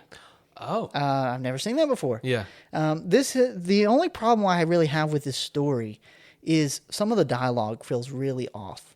This is Robert Kirkman, the creator of Invincible, writing this right now. And this is just one example. She says, Decepticons, you now face Alita Prime. She's talking about herself in third person. Like, Okay. okay. And she says, and she wields the ghost of the Star Saber. Like, Okay. okay. So we see all these Autobots like laying around. Yeah. But she kicks some butt. She fights them off. They're all kind of running around. This is another moment where we see some bad dialogue from Kirkman. And it's like, this blade hungers for the foul spark of Decepticons. I hear its song. It fuels me. Kirkman, come on, man. Kirkman was sleepy when he wrote this. Yeah. He's like, fueling. I'm like, Can I be done now? yeah, I know you can write better than that, man. Like, Kirkman, come on. I still think, now I will say, Yeah, like, yeah. I still think this is one of the best series out there. Like, just some of this dialogue could really use some work. Right. But we kind of see, unfortunately, it ends on on a rough note where I'm like, man, I wish we had more because it ends so like short. Yeah. And Alita kind of beats the Decepticons. She tells the Autobots to grab their fallen brothers and to run. Yeah. And we finally end, and it's Shockwave, and he says it's time to pay a visit to Alpha Trion after saying that new battle lines are being drawn, new weapons are being introduced. Alpha Trion is a Transformer who has like a lot of knowledge. Yeah. And so could be interesting. But my biggest two problems with this issue was the dialogue, and it just ended so quickly. Like I'm like, what? I need more. Yeah. Yeah. Still a beyond the pull list book for me. Okay. Just this issue had a few problems that we haven't seen in the previous issues. Yeah. And really, the dialogue has not been bad in any other issue. This was just the only one that I've ever noticed. Like, oh, that's kind of bad. That's kind of that's a little campy. Right. And then real quick, getting into the Energon Universe Yep. special, Free Comic Book Day. I'm not going to get into the G.I. Joe or the Mask special because we're introducing all these other new characters to this same universe. The Mask. Wait, like the. It's called Mask. It's another series from like the 80s. I was like Jim Carrey. No. It's another series in the 80s where it's basically like the best way I can describe it from what I've seen here, because I don't know much about them. Yeah. It's like a G.I. Joe kind of thing where they're, I would say, like operatives, but they've got fancy vehicles and they kind of do cool things. It was not a bad story. I just don't know anything about it. So like when they are like, oh, his real name is Slyrax. Slyrax? Yeah, it's like this Hannibal Lecter like character. I'm like, I don't know anything about masks. So like, I guess that's. But this Free Comic Book Day issue has 4 different stories of all the franchises set within this universe. You have Mask, Transformers, Void Rivals, and G.I. Joe. Of those 4, only Void Rivals is a original creation. Huh. So I'm only going to talk about the Transformer issue, the Transformer story in this, and there's no dialogue in this story, and it's like 4 pages. You see some place. We don't know if it's Earth. We don't know if it's a distant planet. Yeah. We see an unnamed character. She kills a snake, and then she eats it. Okay. And then she goes home. And this is the most heartbreaking. Oh, yeah. My favorite Transformer is Ironhide. And the last page of the Transformer story is a dead Ironhide trapped within this cavern, and this unknown woman lives within inside his chest. Yeah. That was heartbreaking. Yeah. That was hard to see. You actually brought your little Ironhide Transformer. I did bring in my little Ironhide today because which I broke there for a second. you did. It's like, no! I ripped him in half. I was like, He died 3 times in front of me.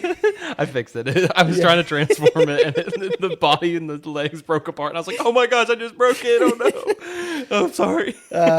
But yeah. Yeah. What do you think happened? I mean, I guess because there's not a lot to go off of. There's not a lot to go off of. I don't know, and I don't know when we'll get here because I something tells me this isn't Earth, but I don't know where this is. I don't know why Ironhide would be separated from the rest of the Autobots. When was the last time you saw him? You saw his body in issue 1. Oh, okay. That's all I'll say. But he was, he was not like this. Interesting. Okay. So I don't know what happened, and I hope he comes back. Yeah. I have commented pretty much every day on Skybound's Instagram, saying, "Robert Kirkman, please do something with Ironhide. Yeah. Don't let him stay dead. You can't do this. Don't do this to me." Because I want to read Transformers with that classic G1 Ironhide. Prime. So Punk ass Decepticon. you're feeling lucky, punk. Easy, Ironhide. Just wanted to show my cannons. The parents are annoying. Shall I exterminate them? The dog lubricated on my foot or whatever. So I'm very curious where we're going there. I hope we see Ironhide soon. The next issue of Transformers is supposed to focus on Optimus's team on Earth. Yeah. So we'll see. But I've been enjoying this book. I want you to read it. Tell me your fair opinion. I'm getting there. I'm sorry. No, it's okay. It's okay. You might be reviewing it on the next episode without me. Who knows? Maybe, because I will say where all of my books are starting to slowly drop off. Like Null's not on my pull anymore. It just ended. I'm not picking up Spider-Man anymore because Death Spiral's over. Like I might not be getting Venom anymore. Yeah. So like literally, I'm gonna have one book on my pull every Right. month, which means that I'm gonna have to read something. I'm telling you, it's the two best books out there, in my personal opinion, is Absolute Batman and Transformers. Wow. Okay. That's Okay. my opinion. Yeah. Especially when Daniel Warren Johnson was on the book. Yeah. It's just mind blowing. Yeah. It's so good. It's character studies. Gosh, it's so good. So Yeah. The art is incredible. Oh man, this is, you just got to read it. I'll check it out. I promise okay. I will. You got one more? I'm not going to review Absolute Superman yet now because I'm going to wait. I'm going to wait to review Absolute Superman. Are you sure? Yes. Are you sure? Pretty sure. Okay. Threw a trash bag in outer space today. Or as my girlfriend says, she'll go, pretty sure, trash bag, outer space. Because she can't remember the whole scene, so she just says it to her. I will say real quick, though, Absolute Superman is also great. Another great book out there. The reason I want to save it to review is just because I think we're kind of in the same place as like Absolute Batman. We're kind of building a little bit. There's not been, this issue was good. Absolute Batman did kind of make a cameo. Yeah. Oh yeah, he did. Yeah, But you're right. Yeah, I want to save it until this arc kind of expands a little bit more, and then we can kind of review it. Okay. So now you have one you want to talk about. Okay, here we go. So, my two books are currently we are at. I'm gonna do my Queen in Black or my Free Comic Book Day first. The main book that I pulled for Free Comic Book Day was The Amazing Spider-Man, Queen in Black, and The Infernal Hulk, all three in one because they're all three the same office now. So of course they're all going to be tied in together. I'm not reviewing the Spider-Man story, and I'm not reviewing the Hulk story. I'm just focusing on Queen in Black. So real quick, I will say about the Spider-Man story, John Romita draws it, and looking through it really fast, it's kind of weird. Like that, John Romita's art doesn't look as good as it used to. I don't know. It just like, I mean, like, you see? I mean, it's almost like cartoony. It's very cartoony, yeah. But like, I don't know. Anyway, but real quick, getting into Free Comic Book Day, we're starting to really lean into this whole deal with leading. Or I guess the only thing I'll say about Amazing Spider-Man is that we're leading up to issue 1,000. We're getting really close. And, of course, everybody for issue 1,000, they want Peter and MJ to get back together. And like, this is issue 1,000. Amazing Spider-Man has been around for 1,000 issues. Yeah. That's 1,000 months. Yeah. I don't even know how many years that is. Like, that's A a lot. long time. Yeah, it's at least 2, And, like, so we're so we're getting close. We're on the countdown to 1,000. We're on issue 990 something. Okay. Right now. And the big lead up for issue 1,000 is Spider-Man's distant cousin is learning that he's Spider-Man and he's going to do something about it. Woo! It's right now. I'm looking at you with the look of the meme. Am I a joke to you? That's literally what it is, and that's what the end of this book teases is that. That he is that's the one thing that came out of Death Spiral is this guy figured out that he was related to Peter Parker, Spider-Man, because Spiral or a Torment was trying to kill him, and he had mentioned in battle like, this is your cousin or whatever, and Spider-Man's like, yeah, this guy's crazy, don't listen to what he's saying, bye, and then he leaves, and then now that's the big lead up to 1,000. So the Spider-Man team, of course, has got their crack pipes out and they're laughing gas and they're just having a time. But we get into the main premise of this book, which is the Queen in Black, written by Al Ewing, artist by Ian Coelho. I think something like that. With color artist Guru FX and letterer Clayton Cowell. So A third Clayton. yeah. There's 3. There's 3 of us. 3 of you. Oh. Well, my favorite's Clayton Craig. No, I'm kidding. I'm leaving the show. No, come back. So real quick, we get into the story of Hela is sitting on a spaceship On some throne, she is bonded with a symbiote, and now I haven't read Null, so I don't know where she got the symbiote from. I haven't really been keeping up with that series. I'm going to read it all. That was something I was going to say for if I do an independent episode while you're away, was to review Null and finally get into that. Just so I can just let it out and no one can stop me. But she is on the ship with some weird space pirate guy, and they're talking about the Legion of the Symbiote Alliance, and that they're going to do a full assault on Earth in the name of Hela, the Queen in Black. And all these symbiote spaceships, they're not symbiote spaceships, they're spaceships with symbiote tendrils around them, are going into Earth with separate ships being flown by, I guess, Kree soldiers bonded with symbiotes, and they're like soldiers. And they're saying, like, this is war. We're going to, like, and again, none of this has been covered. Like, this is the first time we're seeing this, might I add. Okay. So all these big ships are coming in. They're crashing down. They're crashing in Egypt on the pyramids, and then they're crashing in Italy and into the Leaning Tower of Pisa, and then they're crashing in Japan. And these symbiotes are coming out, and they're like, they're like, we're here to kill everything, and every symbiote that's landing in a different country has different objectives, and some land in New York, and the symbiote comes out of the pod, and it says, with my favorite dialogue on the planet, "All Earthers, get off the streets now." And then they're just saying, like, this sector is now forward base K117 for the Symbiote Alliance. You will evacuate or we will annihilate. This is your only warning. Blah, blah, blah, or die. And there's some old lady who, like, trips and falls, and the symbiote soldier walks up with a gun. and this is such an awful, this is awful dialogue, Clayton. Like, I sent you a picture of this, and I was like, this is so bad. Then rejoice, feeble earther, because you now have an opportunity to serve your fragile species. As an example, the crime is disobedience. The sentence is death. And he starts to shoot her, and then a web hits the gun, and he says, "Ready, aim," and then the web hits the gun, and he says, "What?" And it explodes in his face. But it doesn't. Before it explodes, he goes, "No, something's jammed my plas rifle. It's overheating. Ah!" And then it explodes. Give me that same look again. I'm so annoyed. I'm not even. Can we test out the comic in the oven thing that we were talking about? Okay. I mean, it's free. It's free. I didn't pay any money for this issue. True. So, and even if I did, it'd be worth it. I'd pay more money to do it. And another soldier comes up and says, "What in Queen's name? Someone fried it from the rooftops. It looked like webbing."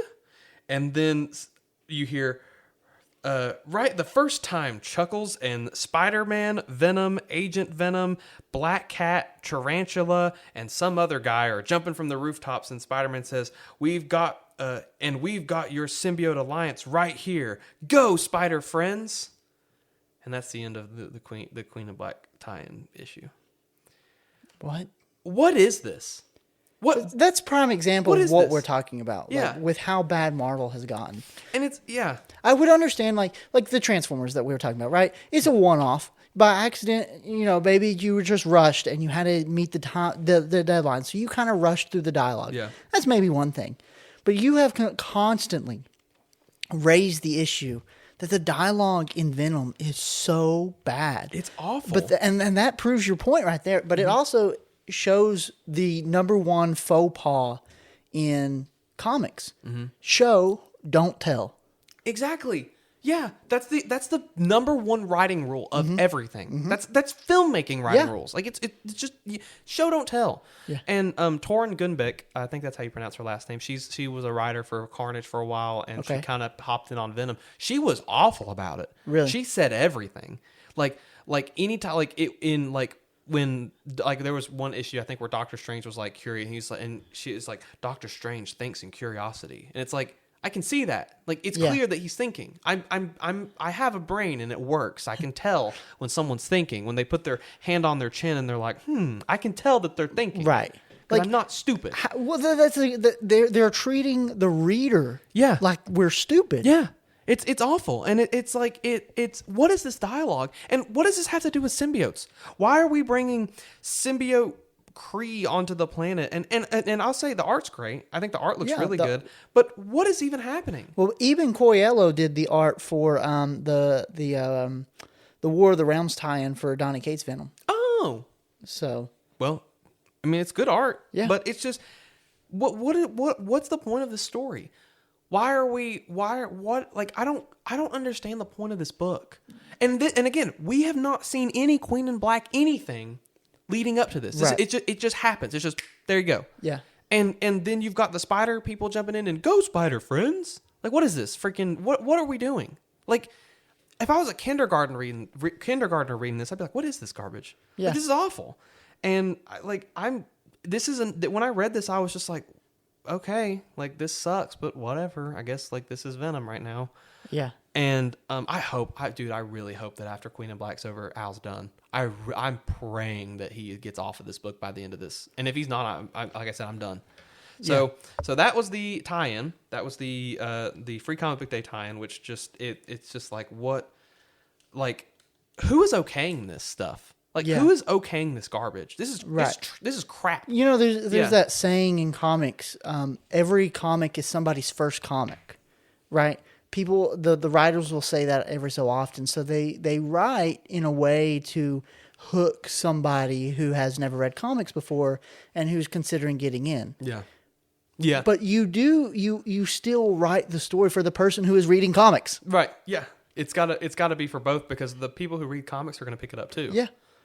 I don't know. And I'm just, it's just Venom, and everything Venom related has literally this feels like someone took it feels like you built like a Minecraft server, and you built this really amazing Minecraft server, and you have all these great buildings, and then you left and you're like, hey, this new kid's going to come and play on it. And then you come back and it's all just destroyed and messed up, because it's like unfixable. Right. Like, I don't know how this gets fixed, or I don't know how I don't know what we're going to get out of this. And it kind of it bothers me a little bit that a lot of Venom fans have just gone silent through all of this.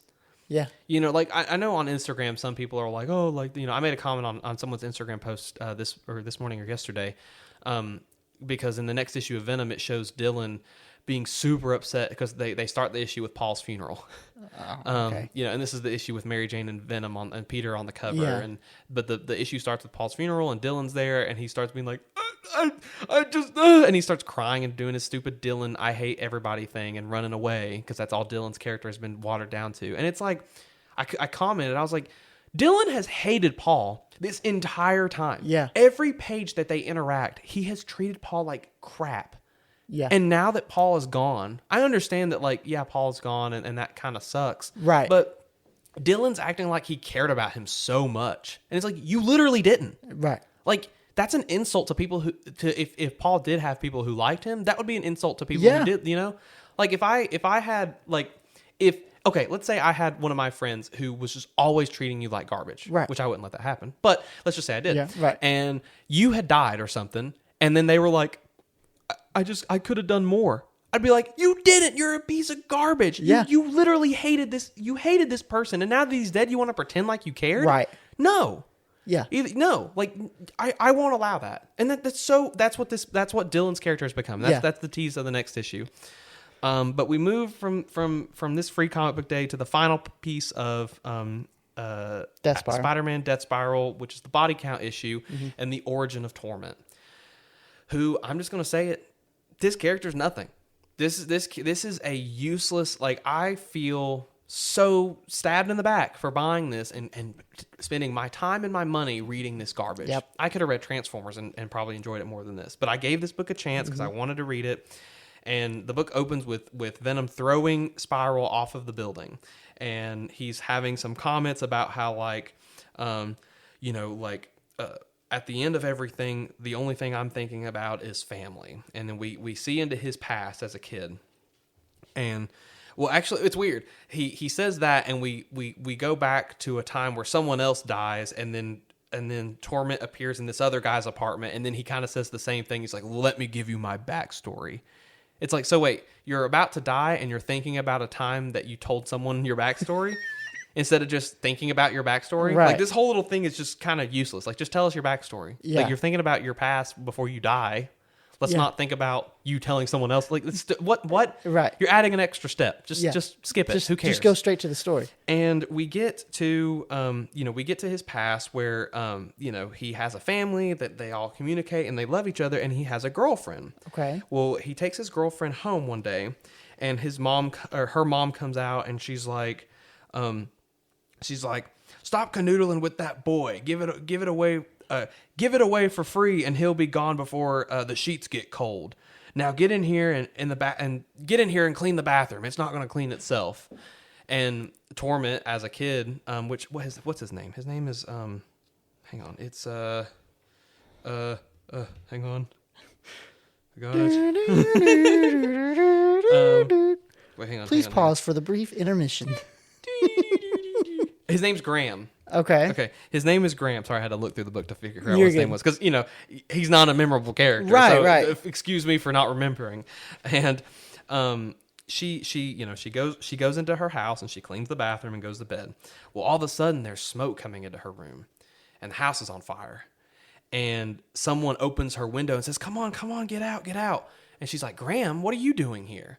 And she's like, he's like, we have to move, she's like, my family, my parents, my brother, we have to get them. We have to save them. And he's like, it's all right. You don't have to worry about them anymore. They're gone. They're already gone. And she's like, gone? What do you mean? What are you saying? Like, what? And he's like, you were under so much pressure. I could see it. The spiral between you and your family for most people, it's just a connection, but yours was tight around your neck. It was choking you, but it's gone now. You're free. I got you free. And she's like, what? And she's like, what are you saying? And he's like, you really didn't see what I did for you? Like, your family was holding you back. Like, they were such a tight chain around your neck, but everything's okay, and you don't miss them, do you? Like, I know it's heartbreaking, but I thought this would be a start for you and me in the world, And she says, if you hate family so much, why don't you kill yours instead of mine? And he goes, well, I wasn't going to do that, Laura. I love my family.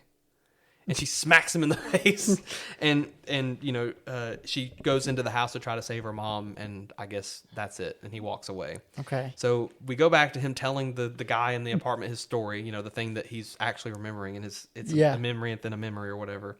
And he's telling this guy, that's just part of it is the spirals, and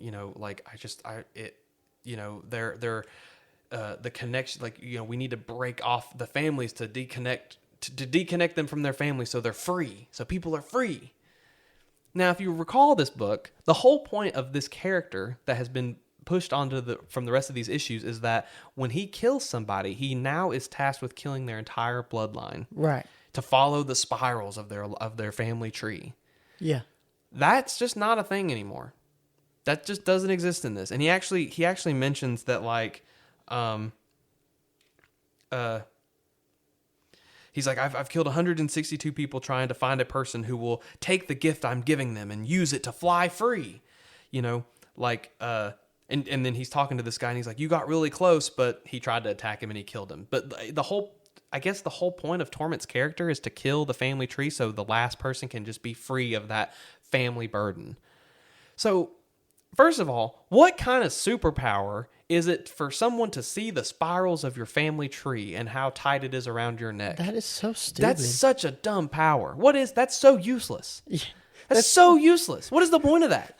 Hi, my name is Skin, and my superpower is that I have skin. Yeah, literally. That's basically it. It's so stupid. And then that goes against the whole thing with Hey, Torment, I have that same power, but my ability is that I can go on Instagram and see people's families.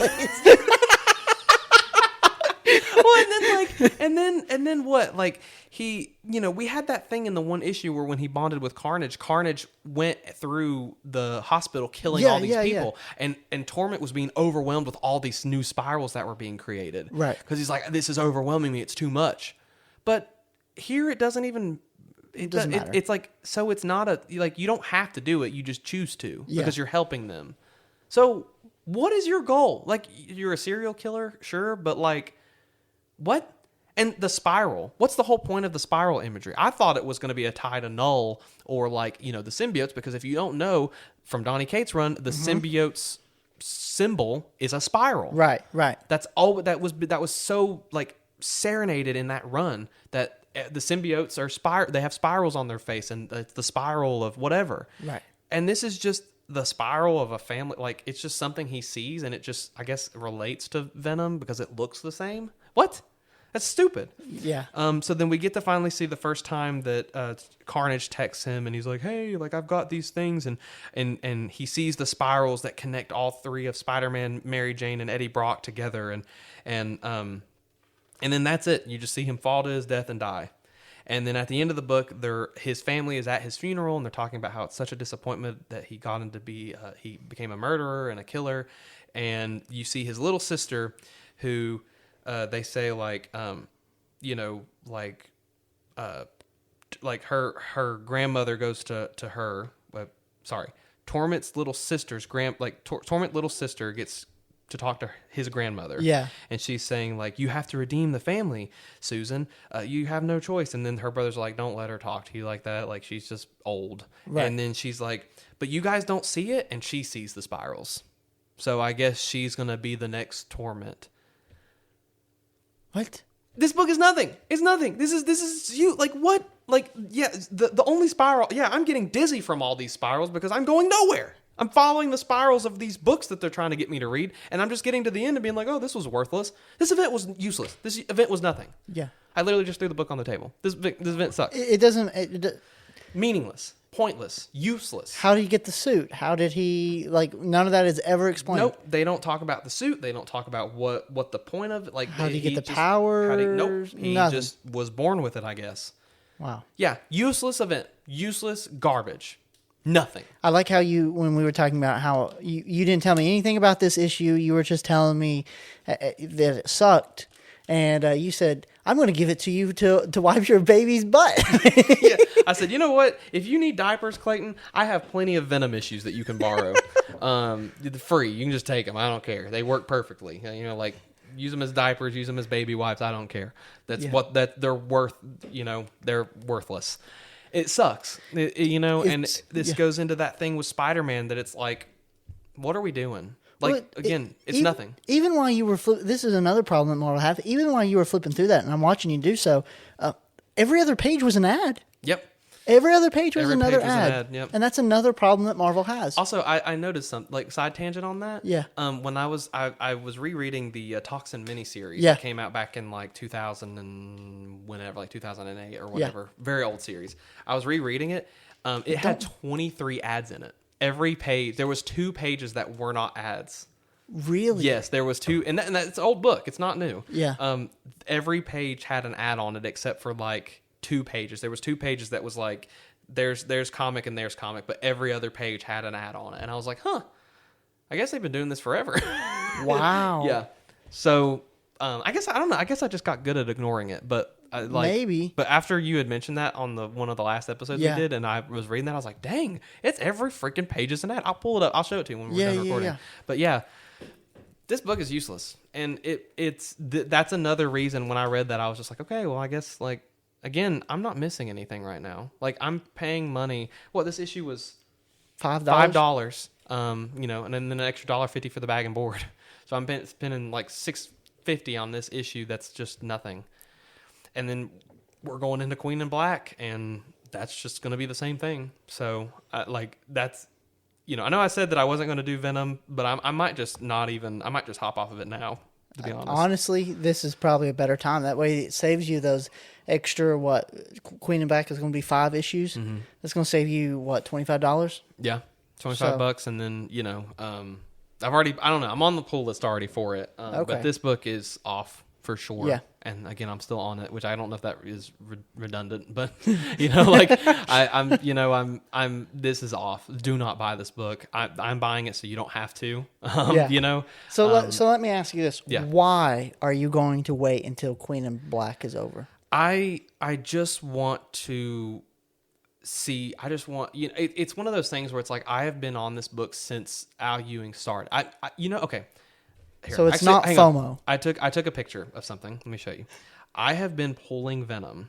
Okay, like when I was little, I didn't buy the singles, right? Okay. Like I bought the trades, and when Agent Venom was a thing, I bought the trades for it. Right. The first Venom single issue that I bought, okay, was Venom Space Knight. It was it was the end of the Space Knight run, right when Civil War II was going on. Okay, so 2016. Yes, that book came out August 24th, 2016. Okay. We're currently in the year 2026. Okay. This August, I will have been pulling this book every month for 10 years. Yeah. 9 years is what I've been on this book. It is unfathomable to think like I'm going to be taking this off of my pull list. I've been on it for 9 years. Yeah. It's like a marriage almost. Yeah. It's a commitment. And you're committed to this character. And every issue, I've read every issue every month for 10 years. And I've enjoyed it. Except for these last few years. Yeah. And it's just like, I guess I'm just trying to see it to the end. Okay. You know what I mean? Like, I'm just like, I'm hoping Queen in Black. And then when that's over, they'll announce a new writer. And I can just say, hey, I stuck through it. It was awful. I hated it. But I made it through. And I don't know if that's something to brag about. And please comment and tell me if I'm stupid.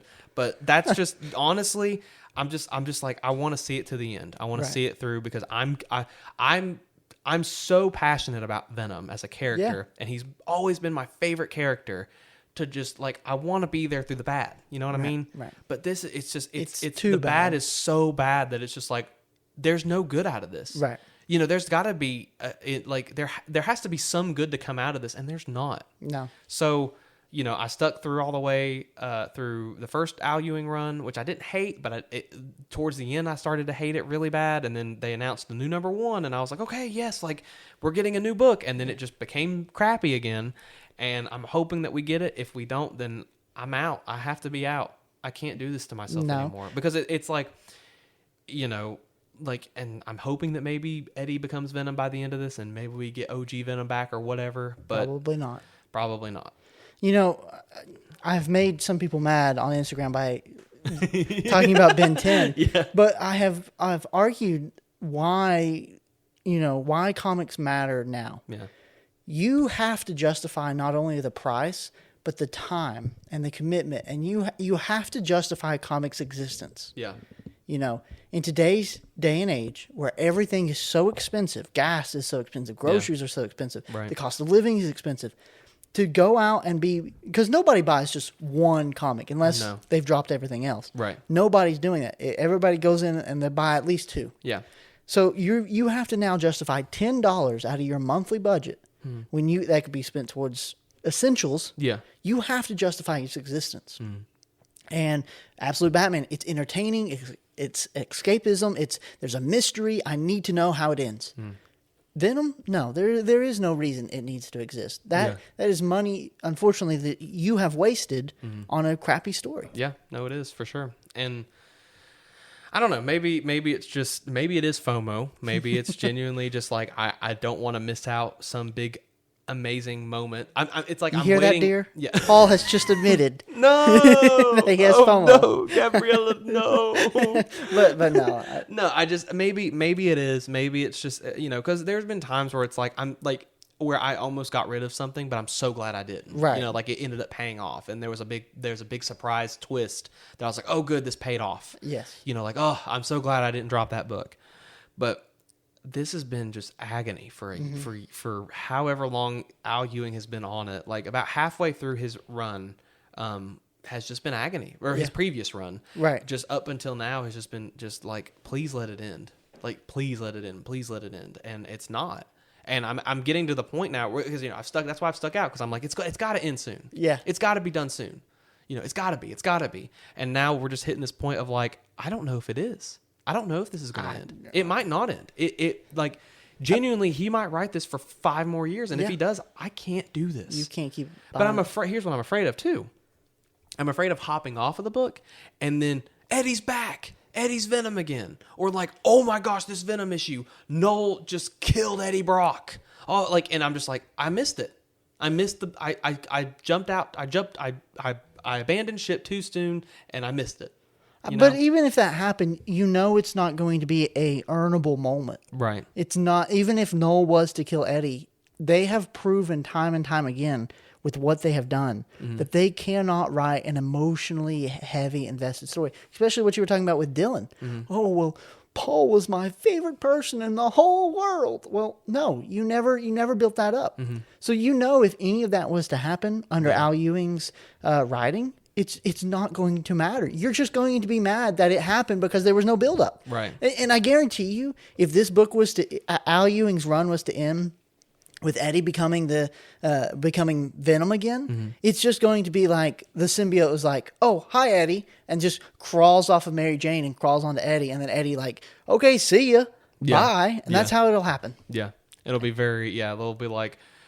There will be some big. I bet there will be some cosmic thing from Hela coming to Earth, being like, I can stop you from dying, MJ. Like, because right now, if they separate, then MJ dies or whatever. Right. Because whatever. Because we need a plot device to keep them bonded. Yeah. And Hela's gonna be like, I can save you. I can keep you both from dying. So like. Or like, I can save you, but I can't save the symbiote, or something stupid. Right. And then like, I don't know. I will say that if the book just stopped coming out, I would be fine with that. Yeah. Which sucks. That sucks to say, but Yeah. I don't know. It's the fact that I've been on it for 10 years, and I've been committed for 10 years. I've read it every month for 10 years. I mean, that was like some of the most, like, I hopped on just at the best time I could have hopped on Right. to buy single issues. Cause like it was it was 2 years before Donnie started writing, and that was just like the most amazing thing I've ever been through, right? Like, I'm getting the same feeling from Absolute Batman, but 10 times more because it was Venom. Right. I don't know. So I'm going to stick through it for Queen of Black, and if it's I mean, heck, even I might just drop it halfway through if it's just that bad, but I'm going to stick it, and hopefully Al will hop off. And if Al Ewing hops off, I'll hop back on, see what it's about, and go from there. Okay. So All right. I'm making the decision right now. It is foretold. There it is. It is set in stone. God, strike me down if I lie. Whoa, hold on. Boom! You're gonna mess up the audio, Paul. The lightning. We got one last thing to talk about real quick. Okay. This week, and that was something big happened. This is a big There is a website that many people used called Read Comics Online. This was piracy. Yep. This was illegal. Many people use this. And then there were some people who used it just to capture the panels from a book. Right. Let's say Absolute Batman came out and you want to share this specific panel that you read. You want to share that with somebody. But you, other than taking a bad quality photo of your book. Your page. Yeah. You would just find the scan and you just send it. Right. Well, that got shut down this week. Yes, it did. It got deleted. You can't access that page anymore. Nothing. Nope. And the reason we want to talk about this, why I kind of want to talk about this, is it could be a good thing. I know a lot of people are upset for a variety of reasons, and I understand that. But I think it could be a good thing if Marvel and DC and Image and all the other publishers learn from it. Yeah. Because the reason why this website, in my opinion, was so popular, why so many people went to it, was because, it was free, but they wanted to read comics, but maybe can't go to a comic book store locally. They maybe live in a country where you just can't get comics. Maybe can't find the issue. Yeah. It could be a variety of reasons. So what I would love to see is everybody learn from this and have a much more freely accessible. You don't have to make it free, but that would be nice. And there are other ways you can get comics. So there is Marvel Unlimited and DC Infinite, but you have to pay for those, $60 or more a year. That's a lot of money. Yeah, that's a lot of money. You have, you can buy comics on Amazon, but you have to pay for them. They're cover price. Yeah. And then you have Hoopla and Libby, and these are like library services. All you need is a library card. But here's the downside with that. Not everybody has a library near them that they can get a card from. And Hoopla, you can only download 4 books a month. So if you're trying to read several titles, you can't. You can only read 4 a month. Libby has the same problem, but let's say you and I were trying to read Absolute Batman at the same time. If you rented Absolute Batman off of their website, I couldn't read it until you were done with it. Huh. It's weird. That's weird. but- Is it digital? Yeah, That doesn't make sense at all. that's how it works. Huh. Okay.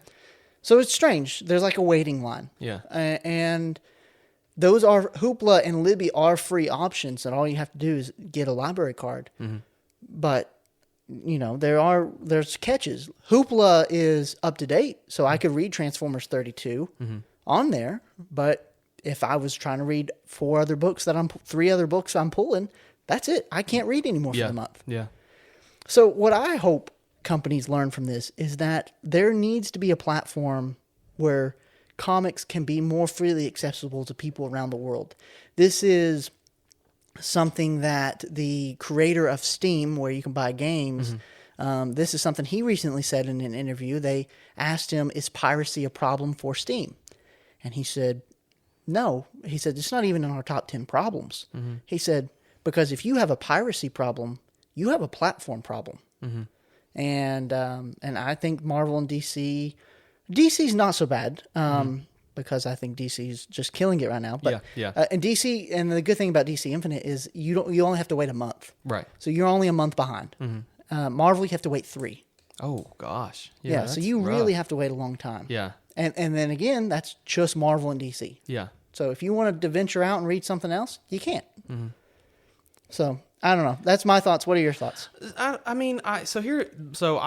also read comics online. I will say now I've always been on a pull list. I've always bought comics from a comic book store, or I bought the trades. Right. I never read books on there just because I didn't want to buy it. Right. I will fully admit that I always I'm a physical collector. Yes. I don't like digital. Now, for example, one of the times I used it was I remember when I was in high school, I was reading the entire Ultimate Spider-Man run from issue 1 all the way to the death. Yes. Right. And there were some issues there towards closer to the end that I didn't have. Yeah. And you couldn't find the trades, you can't find the singles, like they're hard to find. Right. And I just was like, I just want to read through it. So I would go and read comics and read through those issues. Yeah. But I bought all of the trades for, I grew up collecting the trades of that book, and and then I have the death issue. Right. So I only read those because I was like, I'm in the process of reading it and I'm dying to know where this story goes, and I'm just going to read it on here. But I don't think that makes me a pirate at all. No.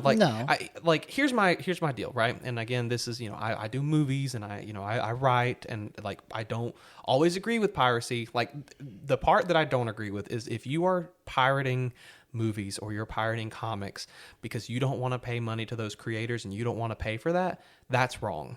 Don't do that. No. Now if you let's say you have Absolute Batman, right? Like let's say I had, or I guess with Ultimate Spider-Man, right? Like I didn't have those issues.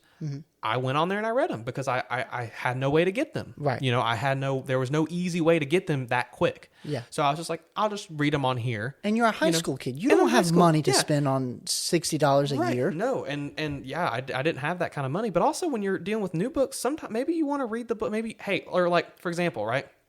So I go out of town to work a lot. I want to read Absolute Batman before it. If I'm up there on Wednesday and I'm not coming back until Thursday, right? If I'm out of town till Thursday, Right. I want to read it before I go on social media and see it posted everywhere because everybody posts it.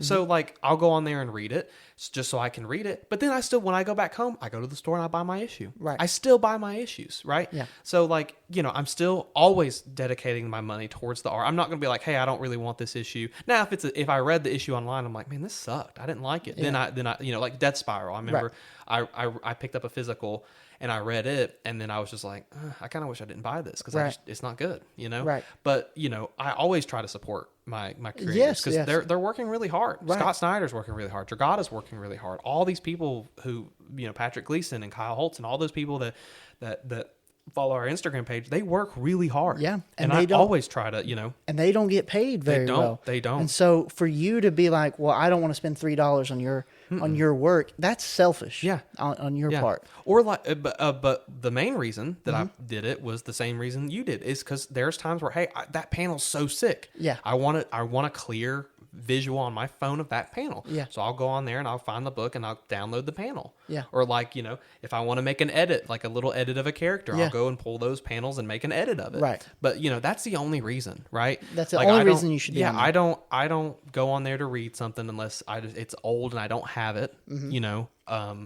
because it's like, what if some kid wants to read Amazing Fantasy 15? Right. That's not a book you can just get. Right. Even the reprints are $80. Yeah. So like at least you have a place that you can go and read it. Yeah. Since it's so hard to get a hold of and it's so expensive. But that's my only thing. It sucks that it got shut down. I will say I was starting to not like it towards the end because it was so flooded with pornographic ads. Right. And like I would be on it and like I would have nude pictures pop up while Right. I was on the site looking at comics. Right. And like that sucks. I actually remember when I was reading it in school, I would have some pop up in school and I'm like, I hope nobody sees this. Like Right. that's sitting behind me and thinks I'm some weirdo. I'm just trying to read Yeah. Ultimate Spider-Man. The good one, Yeah, not the the bad good one. That wasn't out yet. That was Yeah. a sunny world, a nice world. But yeah, that's all I think about it. Respect the creators, and it's okay to read stuff online. I think that's okay. And I think it's a tool for people. Yeah. Don't use it as a crutch. Yeah. Make sure you still go to your local You need to comic support stores, the creators. buy your books, support your stores, support those, because NFTs died, man. Like that. Yeah. So it's very clear, because I know Marvel really started to try to push like Yeah. online comics, and that didn't work very well. Right. So physical's always going to be where it's at for me. Yeah. So Same here. Yeah. I don't, for legal reasons and for personal reasons, like we don't support this No. at all. We do not encourage you to go look at this or anything. And again, as we said, I hope Marvel and DC learn from this and say, that was bad. Mm-hmm. That was a problem. Mm-hmm. But if we made things more accessible, then this wouldn't have been a problem in the first place. Yeah. Yeah. But I don't think it was damaging sales, was it? I think it probably did. Yeah. I really do, because I think maybe we are different because you and I were not going on there to pirate books. No. We were just going pulling on there. Images, yeah. Yeah.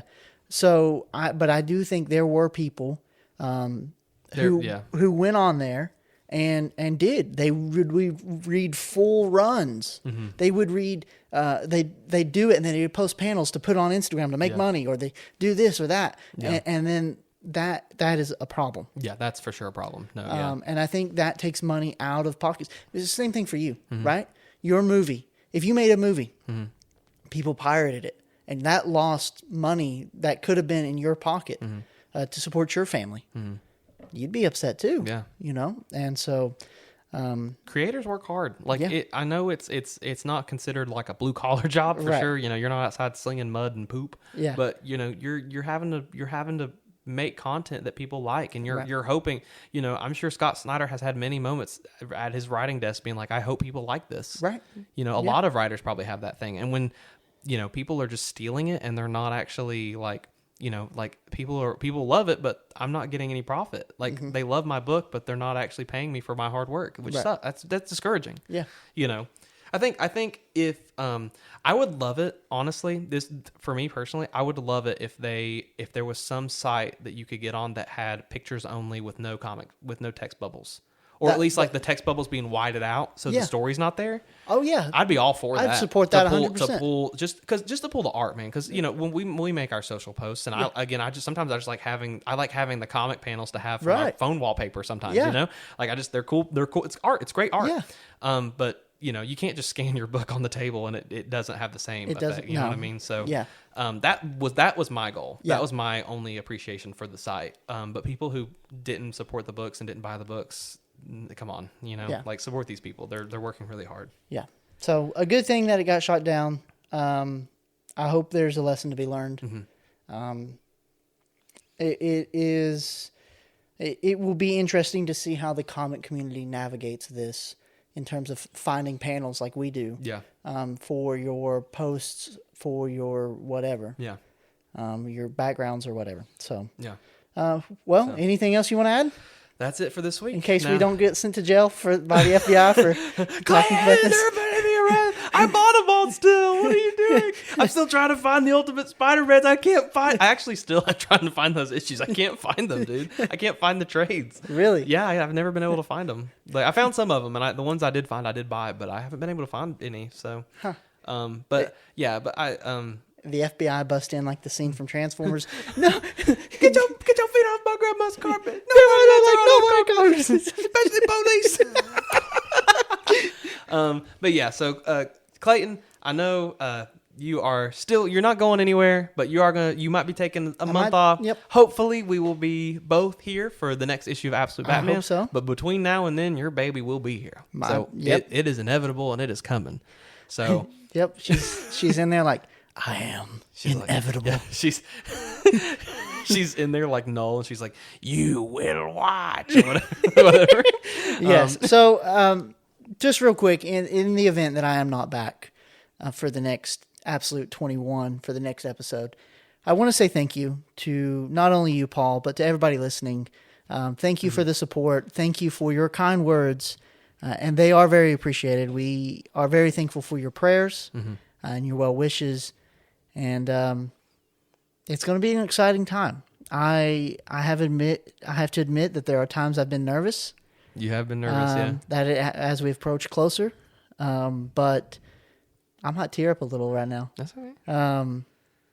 But I am thankful for everything that you have done, that our audience has done, and that everything I know about how to be a dad, I have learned not only from the Bible, but I have learned from comics, Superman, Optimus Prime, Spider-Man even. Sometimes Spider-Man. Yeah. And it just means the world to me that we have a community like this where we can come to, we can talk about that, support us. Yeah. And it's just awesome. So from the bottom of my heart, from the bottom of my wife's heart, thank you all. Yeah. And thanks everybody. I want to also reiterate that me and Clayton have been friends for a very long time. We've been friends for almost, we're 8 years, 7 or 8 years now. And, it's almost crazy to think that like, here we are now after all these years. We worked at a comic book store together. I remember we both would sit in the car talking about our girl problems together, going to conventions together and, going to signings together.